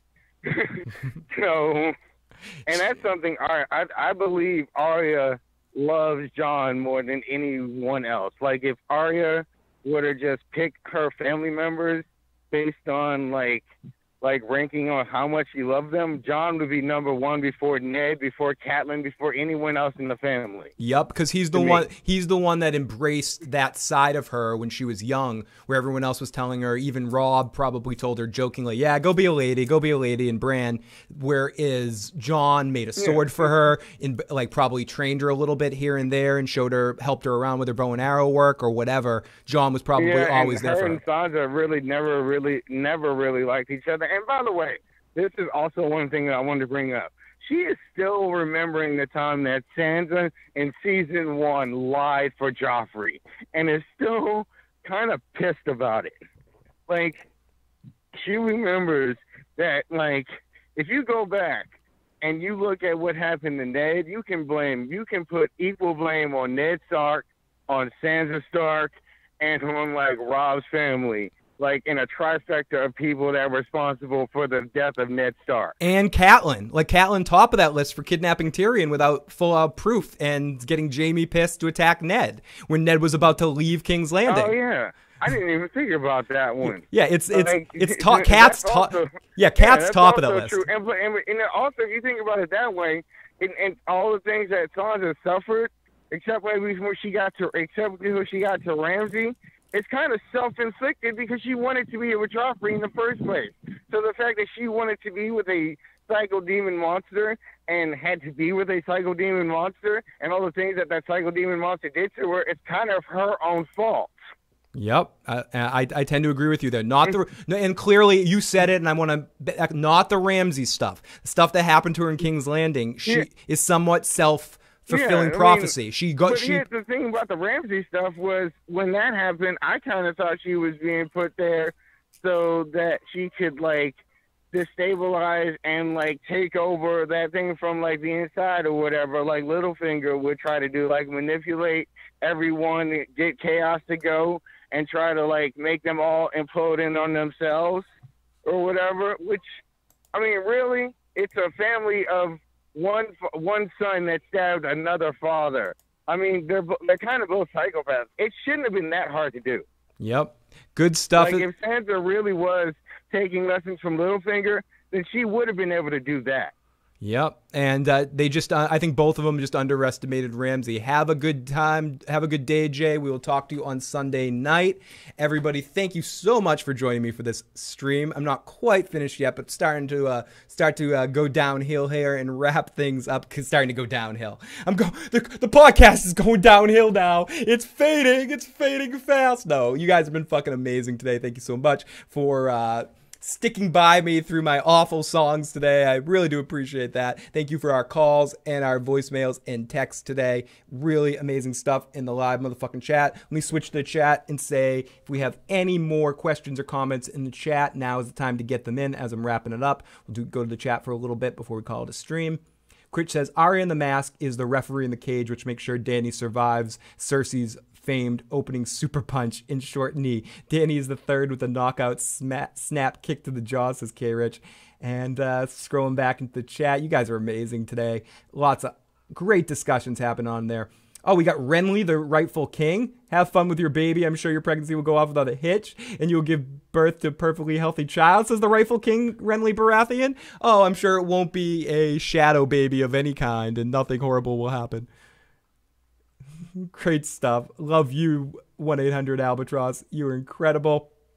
Does anyone else think, this is from Adam, does anyone else think Qyburn has an ulterior motive? Robb Stark and Talisa saved his life, and he was loyal to the North. I don't understand his unwavering support of Cersei.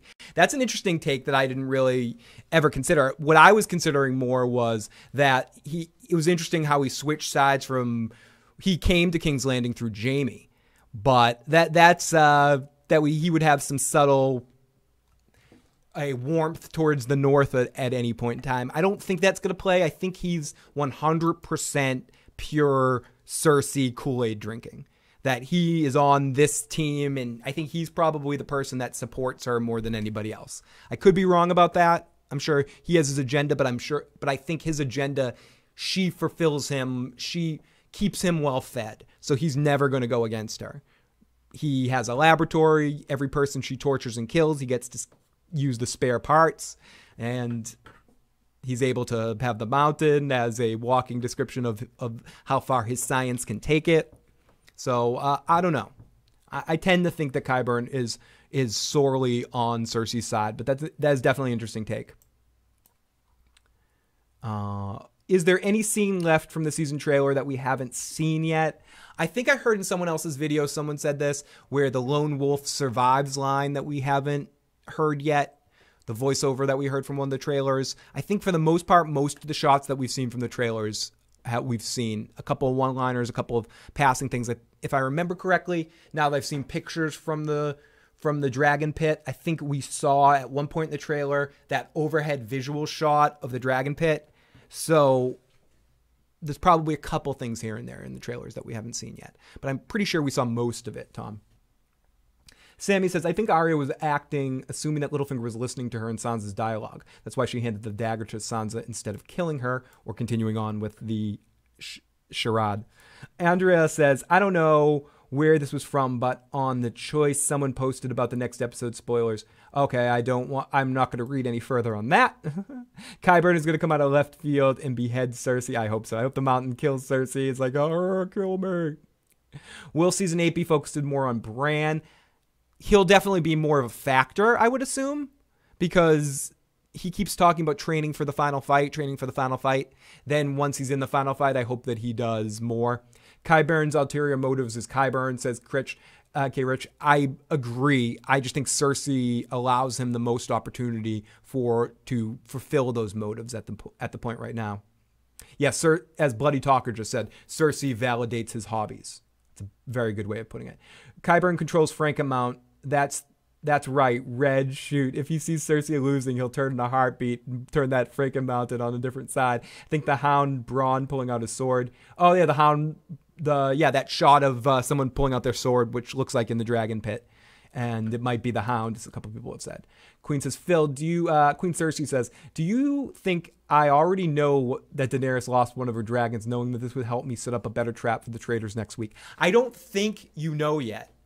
I don't think you've seen the episode yet. Cersei, it's not like Spaceballs where you have the DVD store, where you have the Blockbuster, where you have the app download to your Westerosian phone there that allows you to download movies illegally. Or television shows illegally. I don't think you quite got this episode yet. It's harder to get in Planetos or in the Westerosian universe. So I don't think you quite know yet. I'm trying to think, like, how could you unless you have a spy within that 7 group? And I don't see any of those people. I don't think it being Jorah. I don't see Jon. I don't see Gendry. I don't see Beric. I don't see the Hound. Any of them being on Cersei's team. But I guess when they went back to Eastwatch, they could have told she could have some birds, or Qyburn could have some birds there. So it's certainly possible, but I don't think so. I think that might end up being, which is why I don't think Daenerys will probably, which is why I think maybe a showing where Daenerys comes up in some flames and walks through flames would be better than the dragons for this meeting, because they know she has the dragons, and she could just be like, the dragons are close by, and if they sense I'm in danger, they'll show up. And have her have an entrance where she comes. I'm joking about this half, where she comes through like a professional wrestler, and Tyrion like lights a flame of fire, and she just walks through the flames. It's like, bitch, what's up? I'm silly. I'm silly, Billy Gumdrops. One, Sandor sees Frank and Mountain. How does he react? Does this signal the Clegane Bowl episode press conference? It's certainly a possibility. That would be one way to go take this episode to the next fucking level. If the Hound is really there, which it looks like from the images that we're seeing, and we know that the Mountain's there has to be an interaction. Will he know right off the bat who that is? I mean, he'll see the size of him and be like, holy shit, the only person that size, I thought his ass was dead. So I expect a fucking cunt. Like a real, I don't think Clegane Bowl happens in this episode, but I definitely expect a reaction. They're not going to put them both in the same place and not have either the Mountain have a reaction when he sees him and grab his sword or something, and then the Hound go, what? And turn and kind of just go give a sort of, bloody fucking cunt. Even death won't kill this asshole. Or make some sort of wise ass comment of some sort. But I don't see the Clegane Bowl thing happen. Oh, Bloody Talker donated $5. Fuck Bloody Talker, you're amazing. Go back to then. I can't. We missed it just now. When will then be now? Go back to then. I can't. We missed it. When do we miss it? Just now. When will then be now? Soon. Super chat for the Melflix reference. Awesome Spaceballs line. Awesome for you to share the line there. Great stuff. One of my favorite movies. Love that shit. And that's one of my favorite parts when they go and get the Spaceballs, the movie. Lots of love to you, Bloody Talker. Thank you for the super chat donation. Oh, fucking amazing. What if Cersei sends a message and kills Bronn on the spot to show strength? I'm surprised she hasn't already in front of Jaime, just to give Jaime a big fuck you. Oh, it landed on everybody drink. So wherever you are, whatever you're doing, even if you have a soda or even have a fucking water, this is the one opportunity where a toast is all right with water. So I don't want to you might be driving and have a bottle of water or whatever. If you have a drink with you, or if not, take a bite of a sandwich if that's more your cup of tea. So that's sort of a drink. Whatever. Take it, hold it up, toast it up. Everyone take a drink to Game of Thrones Season 7, Episode 7, the finale. Let's fucking hope for a fucking awesome episode. And I cannot wait to come on the air and talk with you guys and Joe Dirtylocks and Katie Crow after this episode airs. And then have a long fucking, as people have referred to it, the long night arrives and we have to wait probably over a year or about a year for a new Game of Thrones episode. So everyone drink. To Mel Brooks and Spaceballs. And I know the dude's like 90, but I saw him on Comedians with Cars with drinking fucking shots of whiskey. He still seems vital, and last year he did that tour and stuff. Love for one more great Mel Brooks movie, if he has it in him. You know, and I don't mean has it in him as if he's too old to make the movie, because fuck that. You know, you're never too old to create with you if you feel it. But especially someone like Mel Brooks, who's still funny as fuck. I just mean if he still has the mojo as a filmmaker to be able to make another amazing funny script. Ultimately, the ones I'd want the most is finally that sequel to History of the World that's promised in the joke at the end, or of course another Spaceballs movie where he could poke fun at the prequels and the new JJ verse and stuff as well. So I could definitely see Lord Helmet coming back, and Rick Moranis is in retirement. If any movie, or partial retirement, if any movie could bring Rick Moranis out of retirement, it would be a Spaceballs movie. And I know Mel Brooks has joked about it to the point of half being serious about a Spaceballs movie. I think your biggest problem with the Spaceballs movie is the lack of John Candy. And Joan Rivers to a smaller extent.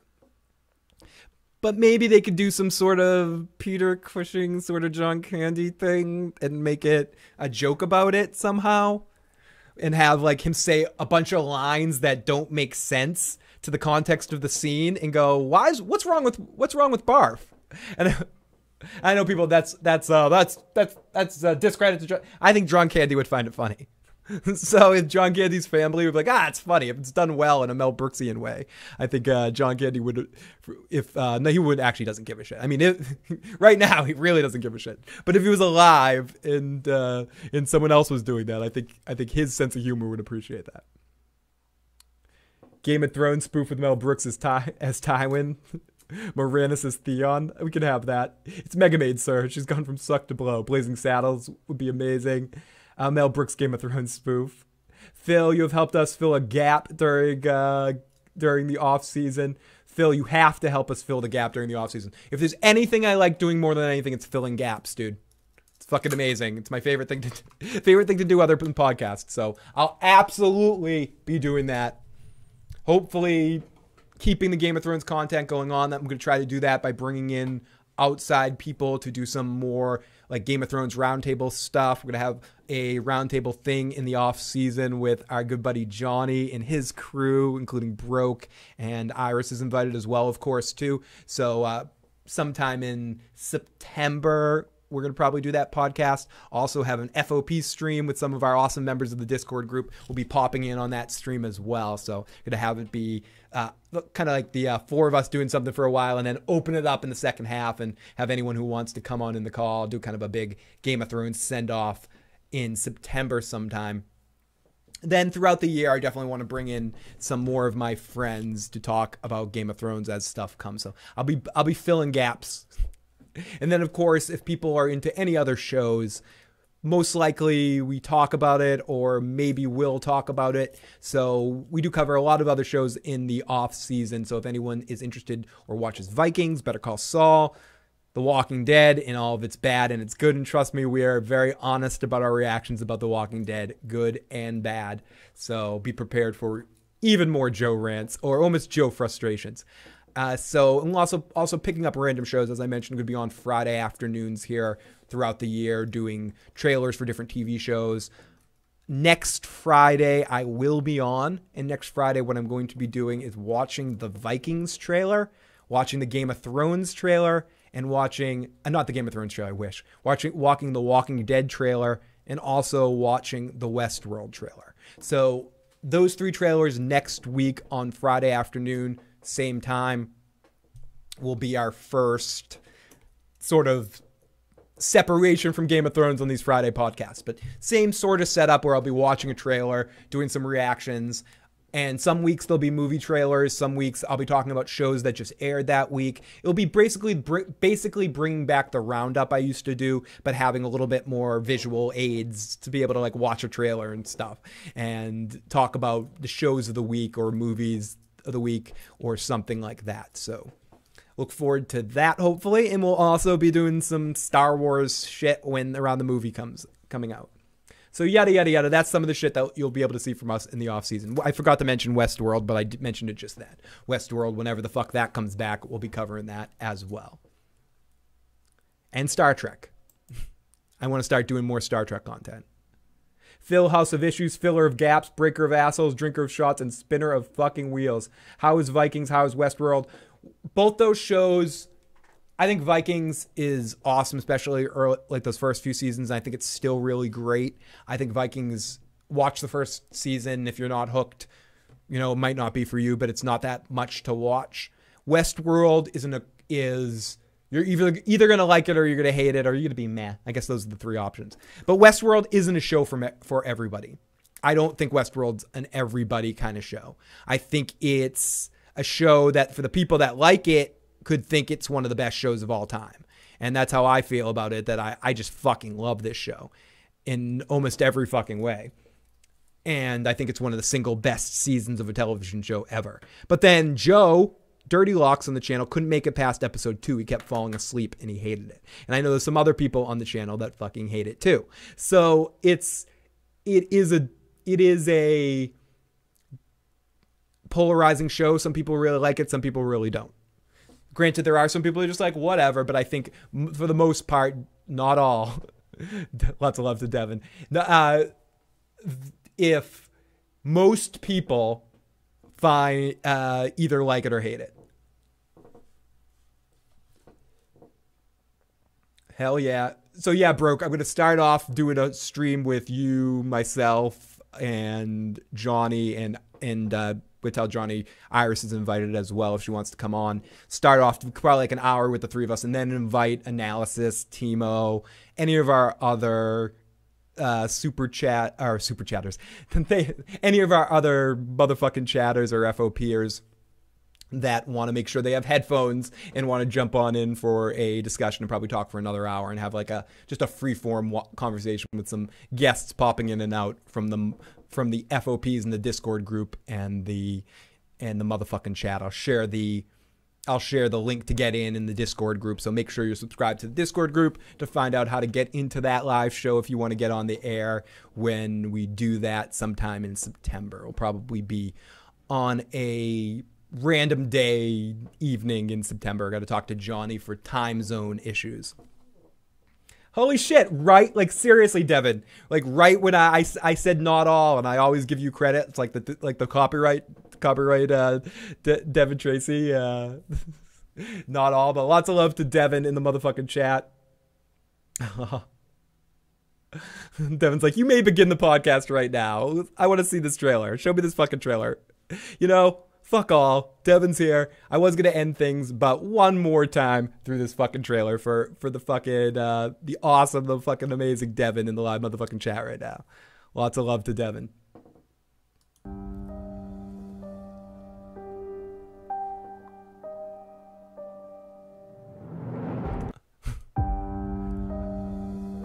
Look at me. I don't have a cock. None of these men have a cock, but we're going to fuck you up. Ooh, the boats. Fucking tons of boats. Get the boats. Come to King's Landing. Little imp motherfucker. We're the Dothraki. We rape people and we chew bubblegum, and we're almost out of fucking bubblegum. Time to fucking rape some people. We're the fucking Dothraki. What are the fighting odds between the dragon and the wolf? Oh, those dragon eggs are gonna get his wolf balls, Devin. It's all gonna fucking happen. Up in it. Fucking punch it in its balls. Gamma is about to come up and kill all these motherfuckers. Kill these motherfucking bastards. Braun and Jamie. Braun thinking about, is this the time to use the word cunt? Or is it a few seconds from now? You fucking cunt. Look what you got me into, you dirty fucking cunt, Jamie Lannister. You and your fucking... you and your cunty golden hands. I love this. This is going to be really exciting to watch Braun shit his pants through this whole situation. I want to see him run to Tyrion with his dick between his hands. Be like, Tyrion, take me back, please. Take me back, you fucking dickless wonder. Oh, fuck. So, let's continue here. Oh, fuck. Gendry has lost, Who wins in a race, Raven or Gendry? Gendry is like the $6 million man, Devin. When he runs or he rows, you get whoop, whoop, whoop, whoop, whoop, whoop, whoop, whoop, whoop, sound effects going on the whole fucking time. It's like, woo, fuck. So I think Gendry in that race always wins. Especially if he's running from a fucking naked red queen that wants to put fucking, blood-sucking, or I guess all leeches are blood-sucking, leeches on his fucking body and take his king's blood so she can burn little girls too. Sick fuck. I mean, but I take a couple leeches for, I'd be more like the Hound and tell him to stop whinging and deal with a naked Melisandre for a couple of fucking leeches. There are worse ways to spend your afternoon.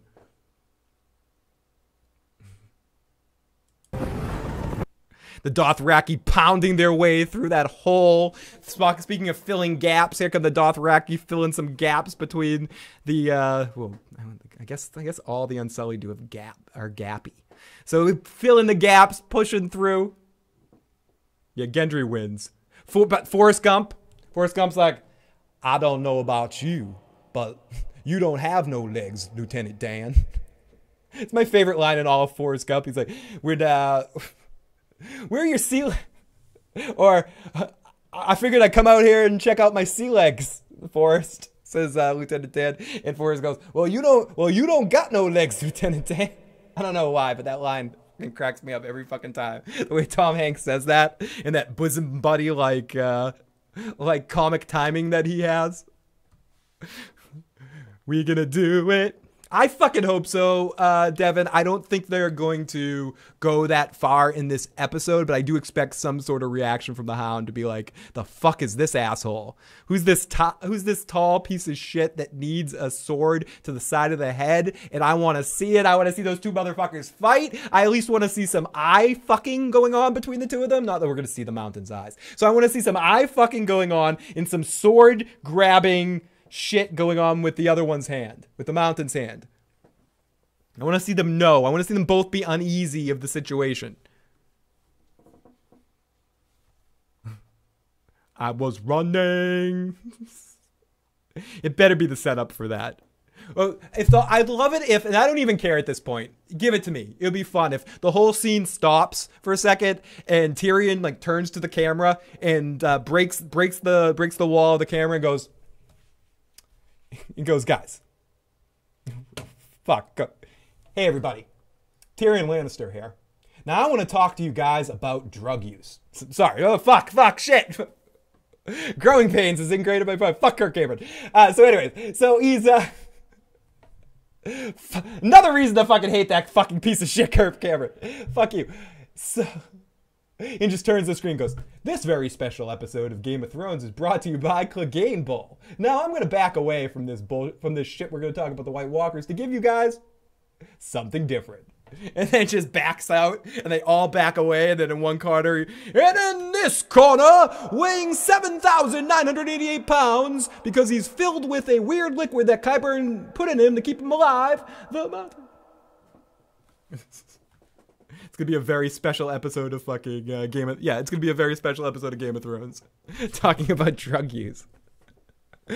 talking about the venom that this Bane-like creature's coursing into his veins. Sam will walk into the arena and trip and fall. Danny definitely bringing the dragons. There's going to be a sword fight with no swords. Oh my god, he tried to say. Oh my god, wildfire would be so weak. That could actually happen, though. They won't go back to the same well twice. Iron says Samwell will dramatically ride his wagon in the middle of the dragon pit to tell them about Rugga. Space pits. Gregor, it would be profitable. The Unsullied would be like a line around the block. It'd be nice if Bran stopped tripping and staring at tree trunks. And he started focusing more on his sister's fucking dumb side butthole and fucking get her to just take a raven and slap his raven dick across her face for a second and just be like, listen, wake the fuck up. I hope she's smart enough to figure it out herself and doesn't need Bran, but Bran needs to stop taking mushrooms at the tree or eating the bark. The queen randomly started playing. The crowd started clapping and stomping, and a cup appeared. What percentage Reek is Theon now? I think in the moment that he faced off against Euron, when Euron had Yara in that moment, I think he was 100% Reek. Reek got all the way brought back. And I think right now as he's coming back, I think Theon is resurfacing again. I think he's probably about 10% Reeky. But the problem is, once you go Reek, you never go back. Reek is inside him. Theon has been broken. Euron knows those fucking triggers. So when Euron faces him, he needs to... Reek is just going to come back again.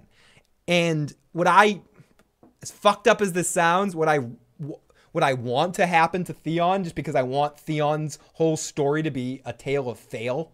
I want every time he even gets a piece it to fuck up. I want him to try to save Yara, but fucking run away again. I don't care if it's a retread of what we saw earlier in this season. I want to see him try to save her, get all of his men killed that he goes there with, be stuck alone again in front of Euron, and go to fucking run away. and run away like a little fucking coward again. That's what I want, and I want to see it played because fucking Alfie Allen is amazing as an actor. But that's Theon's tale to me, a tale of ultimate failure. So to truly answer your question, Devin, he was never Theon to begin with. He was always Reek. So he's 100% Reek. This Theon is the fake guys. It's the fucking fake bullshit. It's this act that he put on from hanging around with the Starks because they were generally honorable people in this Westerosian world. So he tried to be one of the Starks and hold this honor bound. But once it came down to it, he's a dirty fucking asshole Greyjoy and a piece of shit, which is ultimately all the Greyjoys are fucking reek. They all smell like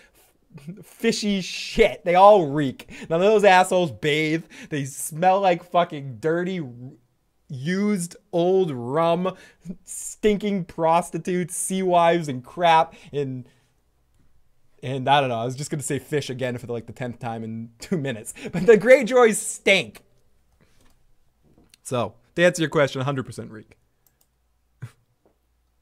It's fucking disgusting. So, and fuck you, Google. Typed it up and changed. They're assholes with that shit. Fuck. Google can go eat a fucking dick. If the finale, fill the issues. If the finale sucks, are you going to give us a group therapy session afterwards? Now, let me tell you, how do you feel about that? I don't think it's good. I don't think we're have to worry about that. I think it's going to be a fine episode. But I am here. If I want you guys to honestly share your opinions after the episode airs. If you guys don't like it, if you guys have issues, keep fucking loading it on in. I don't give a fuck. I like reading all fucking perspectives. It's the only way you can find the truth if you know fucking every side of a fucking situation. And then you can easier spot what the fucking truth is. And then there's some things like fucking everyone has a fucking opinion in television shows and art and shit. It's interpretation sort of fucking situation. Well, intentional rhyming. Is that stupid or is it well, that was kind of an intentional rhyming.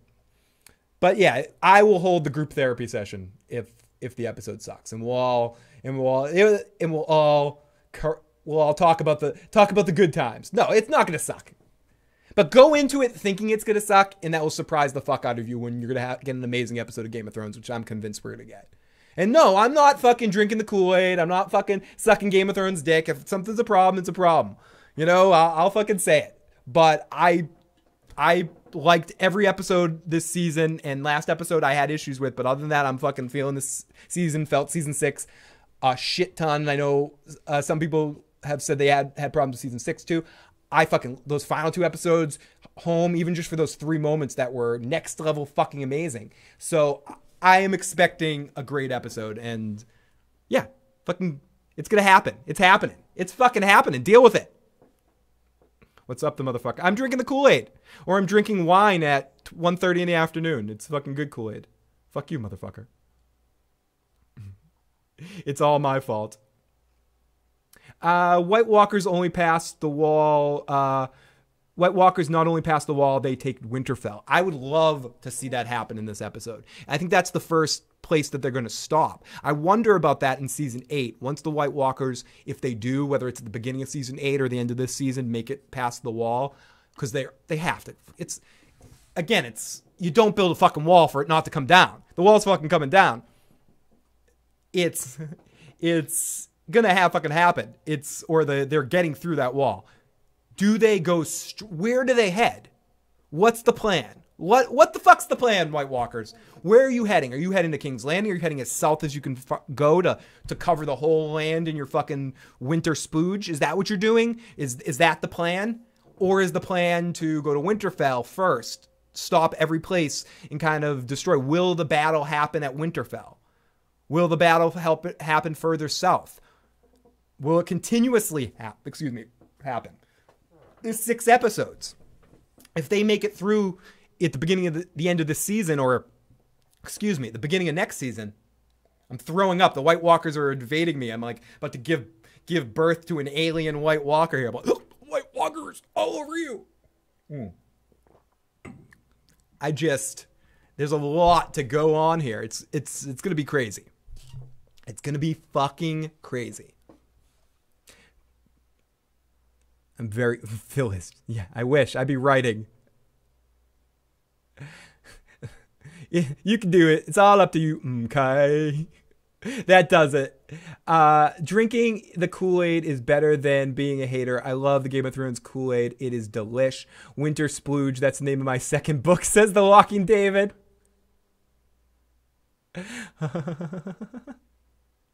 The White Walker. I am so... Oh. Anyways, sorry. Sorry to anyone that's got some stuff that's going on. Winter is coming. Winter is here. Winter fell. If you want to predict the army's path, you need to look at the logistics at night. King logistics, our bodies were at the most... The bodies now Eastwatch and then Winterfell. If you want to predict the army's path, you need to look at the logistics, the Night King's logistics. Our bodies where are most of the bodies right now? Eastwatch and Winterfell. So that's probably where they would go. And they would go... Because excellent point there, Bloody Talker. I'm kind of talking around it, but excellent point because the more people you kill, the more bodies get added to your army. So you want to go to closest places past the wall that have as many folks as you can. You add them up to your crew, and then you have a bigger force moving south, especially when those 7 people killed so many of your forces, and Danny actually took down a bunch of the whites as well with the Dragonfire. So he'll want to refresh his force, so to speak. Even though I was talking a little bit about this the other night, I don't think that was even that wasn't their strongest force. I think their strongest force are wherever the giants are and stuff too. They're like strongest strike force. So, Littlefinger will never die as long as I'm around. Yeah, exactly. The Walking David will keep Littlefinger alive for years to come, and Littlefinger may not exist on the show anymore if we hope that Sansa gets her fucking side butthole in order. If that happens, Littlefinger will always exist on this show via The Walking David.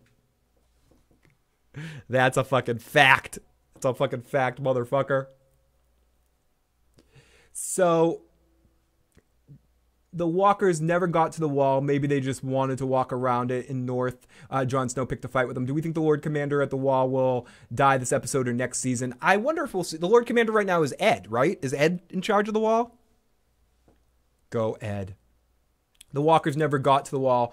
Maybe we already read that one. Is there a zoo south of the wall with a lot of animals for the whites? Question, why hasn't Jon sent the northern armies to Eastwatch? He's the king. Why isn't he acting like one? Because he's in love.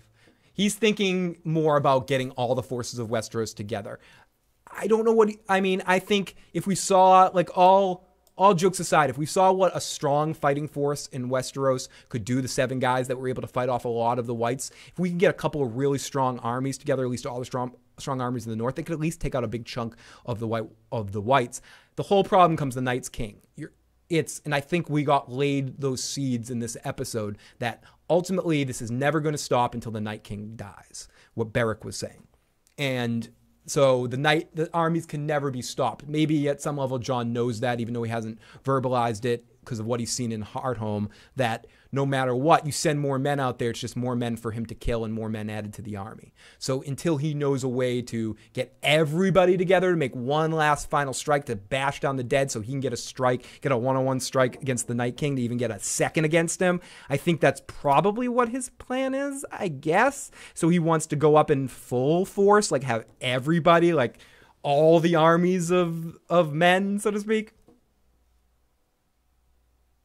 That's what I think is going to happen. Sir Pounce is the true heir. Let's just start moon-dooring fools in this episode. I hope there needs to be at least one more moon door moment before the end of the series. Another bad man needs to fall out the fucking moon door. Sir Pounce needs to go out that moon door. Throw the cat out the moon. Oh no, if I'm talking about throwing another character out, throw the cat out, Phil. You went too far, motherfucker. The new combined Westerosi army should go take Essos after they kill the White Walkers. Start fixing what's going on over there. Or that's what Daenerys... Daenerys will just send her army over there to make sure when Daario has turned Essos back into what it used to be. And he's sitting up as emperor of Essos. Jon's trying to deep dick his aunt with Lightbringer.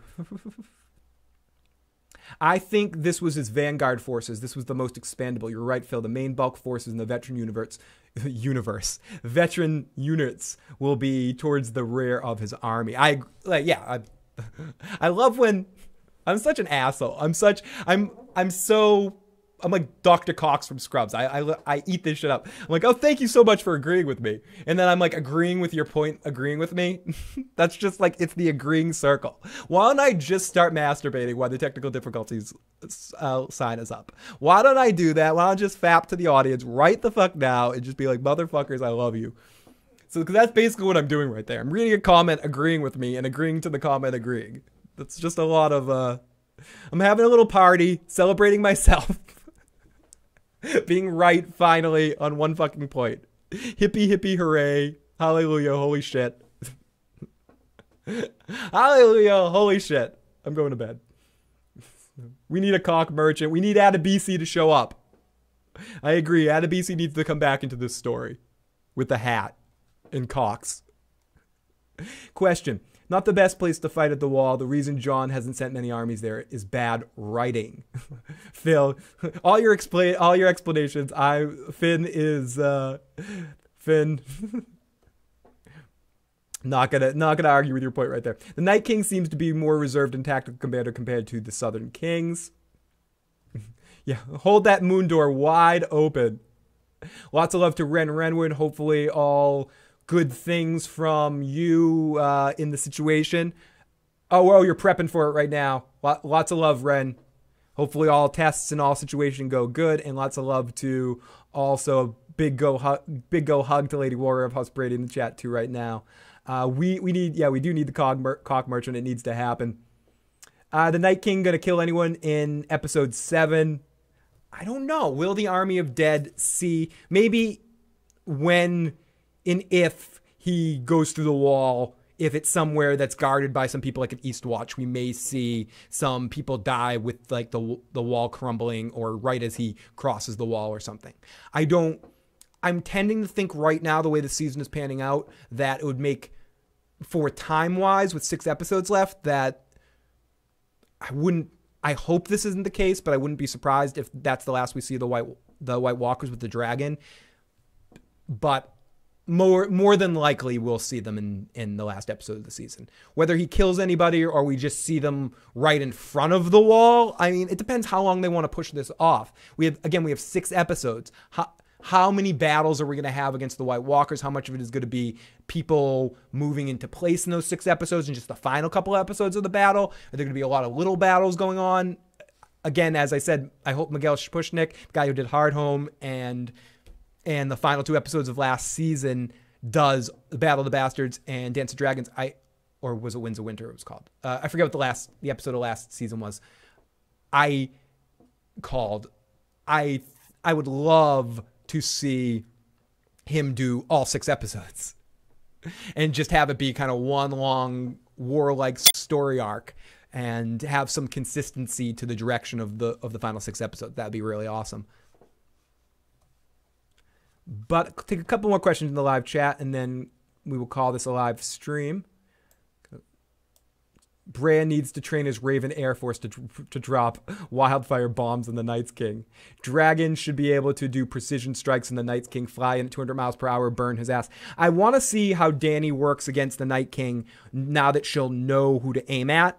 So when Jon Snow says next time they face off against her, Jon can be like, listen, I know you were helping us out, killing all those whites, but you know those dudes on horses up there that are watching it all? Just shoot them with your dragon, quick. And just see what happens when she fires a couple of dragon blasts straight at the White Walkers and the Night King. They may just walk right out of it. That might not have any effect on them. I just want to see them at least try that. So at least it can be like, okay, that's not the way to kill him. It's like Freddy Krueger. We need to dig up his bones in the fucking graveyard and have Tyrion piss on it. And the bones are going to come alive and the Night King's going to disappear and fight us. It's going to be like Nightmare on Elm Street Part 3 rules. Is it 3? Is that Dream Warriors? Yeah, I think it's a Dream Warriors.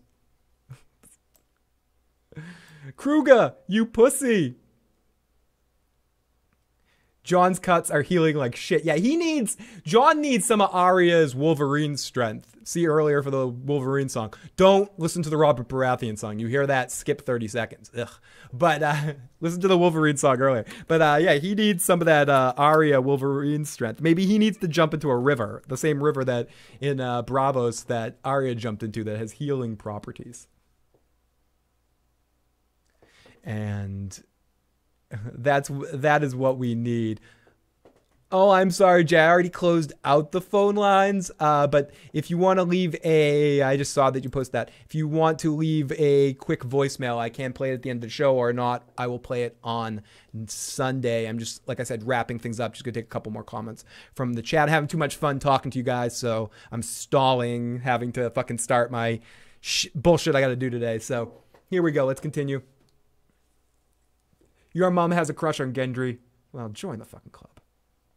Thank you so much, everybody. And if you haven't already and you're watching this, definitely hit a like button if you're enjoying this dirty bullshit that you're watching right now. Dirty bullshit. Thank you to everyone tonight. You guys are fucking amazing. Oh, I didn't know you hurt your knee, Devin. Hope Devin is healing good and fucking knee fucking injuries suck. Donkey testicles. Another obvious comment of the day, but hope you fucking heal up quick, buddy. When the Night King finally speaks, he'll start making stupid puns and say bitch a lot. He'll start talking like Arnold Schwarzenegger from Batman and Robin. Jon Snow. I can't even do. This is Arnold. This is the Terminator. You better. This is the Night King. Jon Snow, you better chill out. I can't really do a good Arnold. Bigger Bulge, Varys, or Grey Worm? I think from what we've seen with Grey Worm and Missandei, I don't give a shit. Like, I'm giving it to Grey Worm here. Whatever little worm he's gotten gets a lot of credit in my book. So 2 points for that team. What is knee can never be kneeled. We demand Yoda talk. Careful you must be, Jon Snow. Sword you have cannot chop me, you see. Most horrible Yoda ever? Possibly. Someone who can do Yoda much better than me. I just rhymed again without wanting to. Fuck. Hear Andrew Dice Clay's voice in my head. You're a poet, you didn't know it. Oh! Hickory dickory dock. This bitch was sucking my cock. Little boy Blue. He needed the money. So fucking stupid. So fucking stupid. But as a kid, there was nothing funnier than listening to fucking Andrew Dice Clay tell dirty nursery rhymes. Holy shit. As like now I listen to that stuff, it's still, you know, some of it's funny. Listen to the joke of the character, watching him wear ridiculous, horrible leather jackets and stuff. But as a kid, like in wherever the hell I was in junior high school or some shit like that, passing around like cassette tapes on like little kid Walkmans of fucking Andrew Dice Clay singing dirty nursery rhymes. Shit was hilarious. It's fucking horrible. Theory, Night King's voice sounds like Gilbert Gottfried. I'm not even going to try that. I love Gilbert Gottfried's voice. Sick fuck. One of the sickest fucks ever, too. Listening to, I love old school interviews on the Howard Stern show when Gilbert Gottfried showed up. He's just fucking so crazy. In his stand-up comedy, it's non-stop. It's some of the most, like, hilarious, offensive shit you've ever heard in your life. I love Gilbert.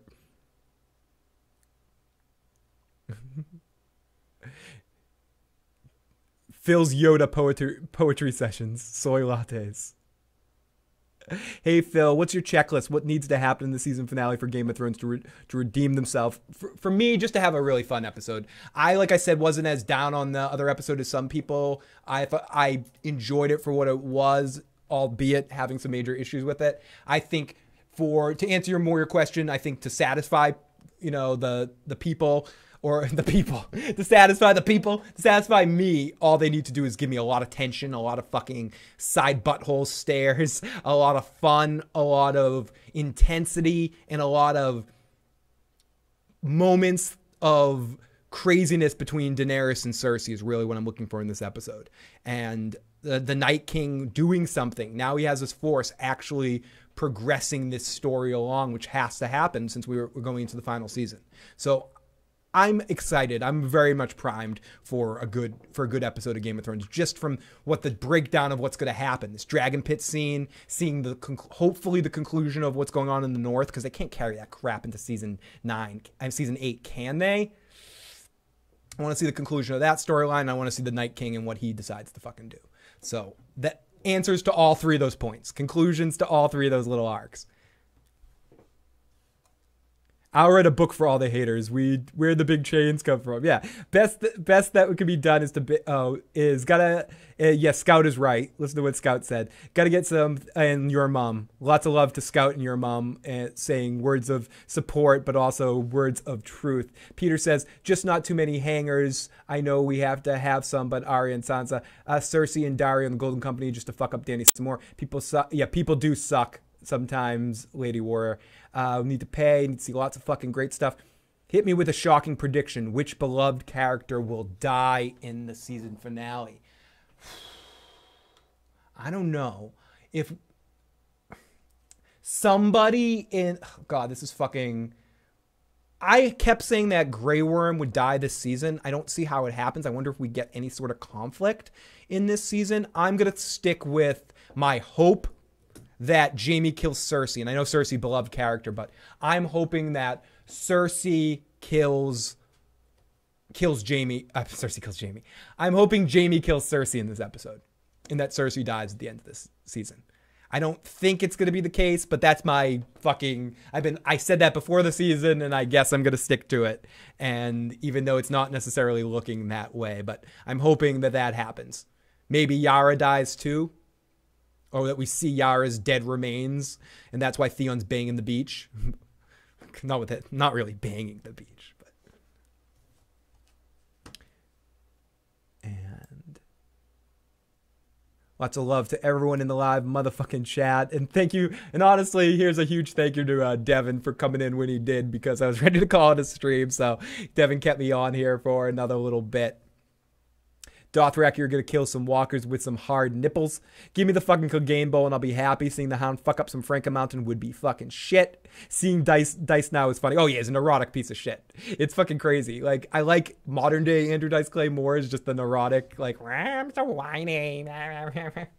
It's kind of funny being, again, like a kid, like somebody in junior high or first couple of years of high school being into... I'm already aging myself calling it junior high school instead of middle school. Listening to that shit and then seeing Dice now broken down. It's kind of like how some people must have felt when they saw Henry Winkler after seeing the Fonzie for so many years. And Henry Winkler's like, see, whiny Winkler. When a piece of metal really loves another piece of metal. Jorah will be friend zone. Tyrion has to be on his sister's side because bullshit. If you win, if you have the win, you take. If you don't sit on Dragonstone for 6 episodes, exactly. He should have just attacked King's Landing. I'll say that until the end of time. How to redeem themselves. Din and Dave appear at the end of the episode and apologize. Says Iron Throne. And here we go. Let's finish this off with 1 or 2 more comments in the live chat. And Antoine sent me a text, so let me read Antoine's text. I imagine right now going on adventures with Dany right now. Antoine's just sitting there imagining being on the back of Daenerys' dragon back. Yeah. So everybody in the live motherfucking chat that have been with me today and joined me through this whole entire stream, through the beginning, in the goofiness, through the horrible music, through the silliness, through some of the shit.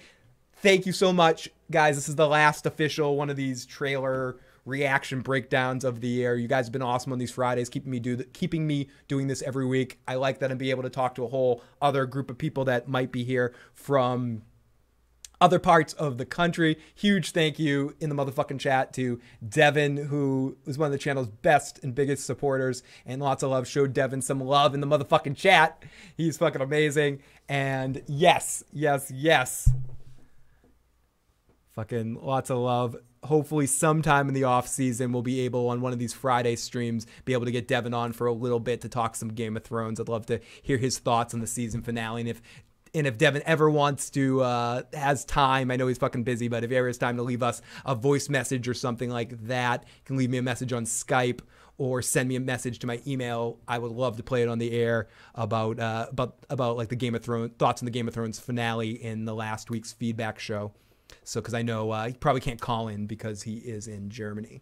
But lots of love to Devin in the motherfucking chat, and I definitely saw so much support going on for all of you guys and all for the channel, and thank you for the super chat, and thank you for all the love this season. You guys are all fucking incredible. So I guess there's no more to go. There's no more to talk about right now other than to go, and we'll talk on Sunday night for some more fun.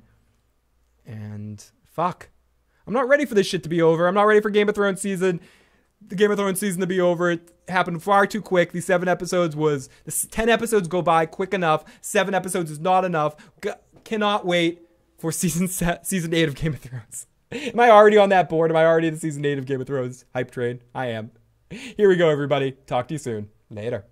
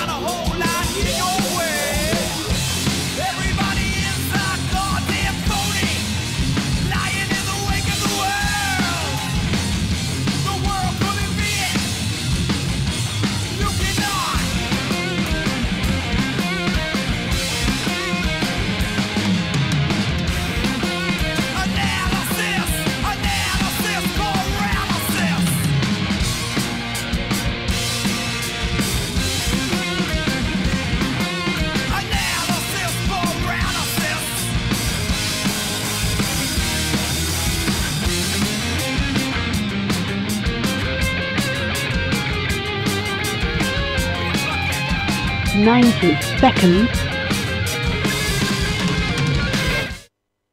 Okay, I'm gonna have to stall for a second because this fucking thing, this woman's telling me I have 90 seconds to go. This fucking British woman that's mean. Don't tell me I have 90 seconds to go. I'm leaving. Here we go. That's better.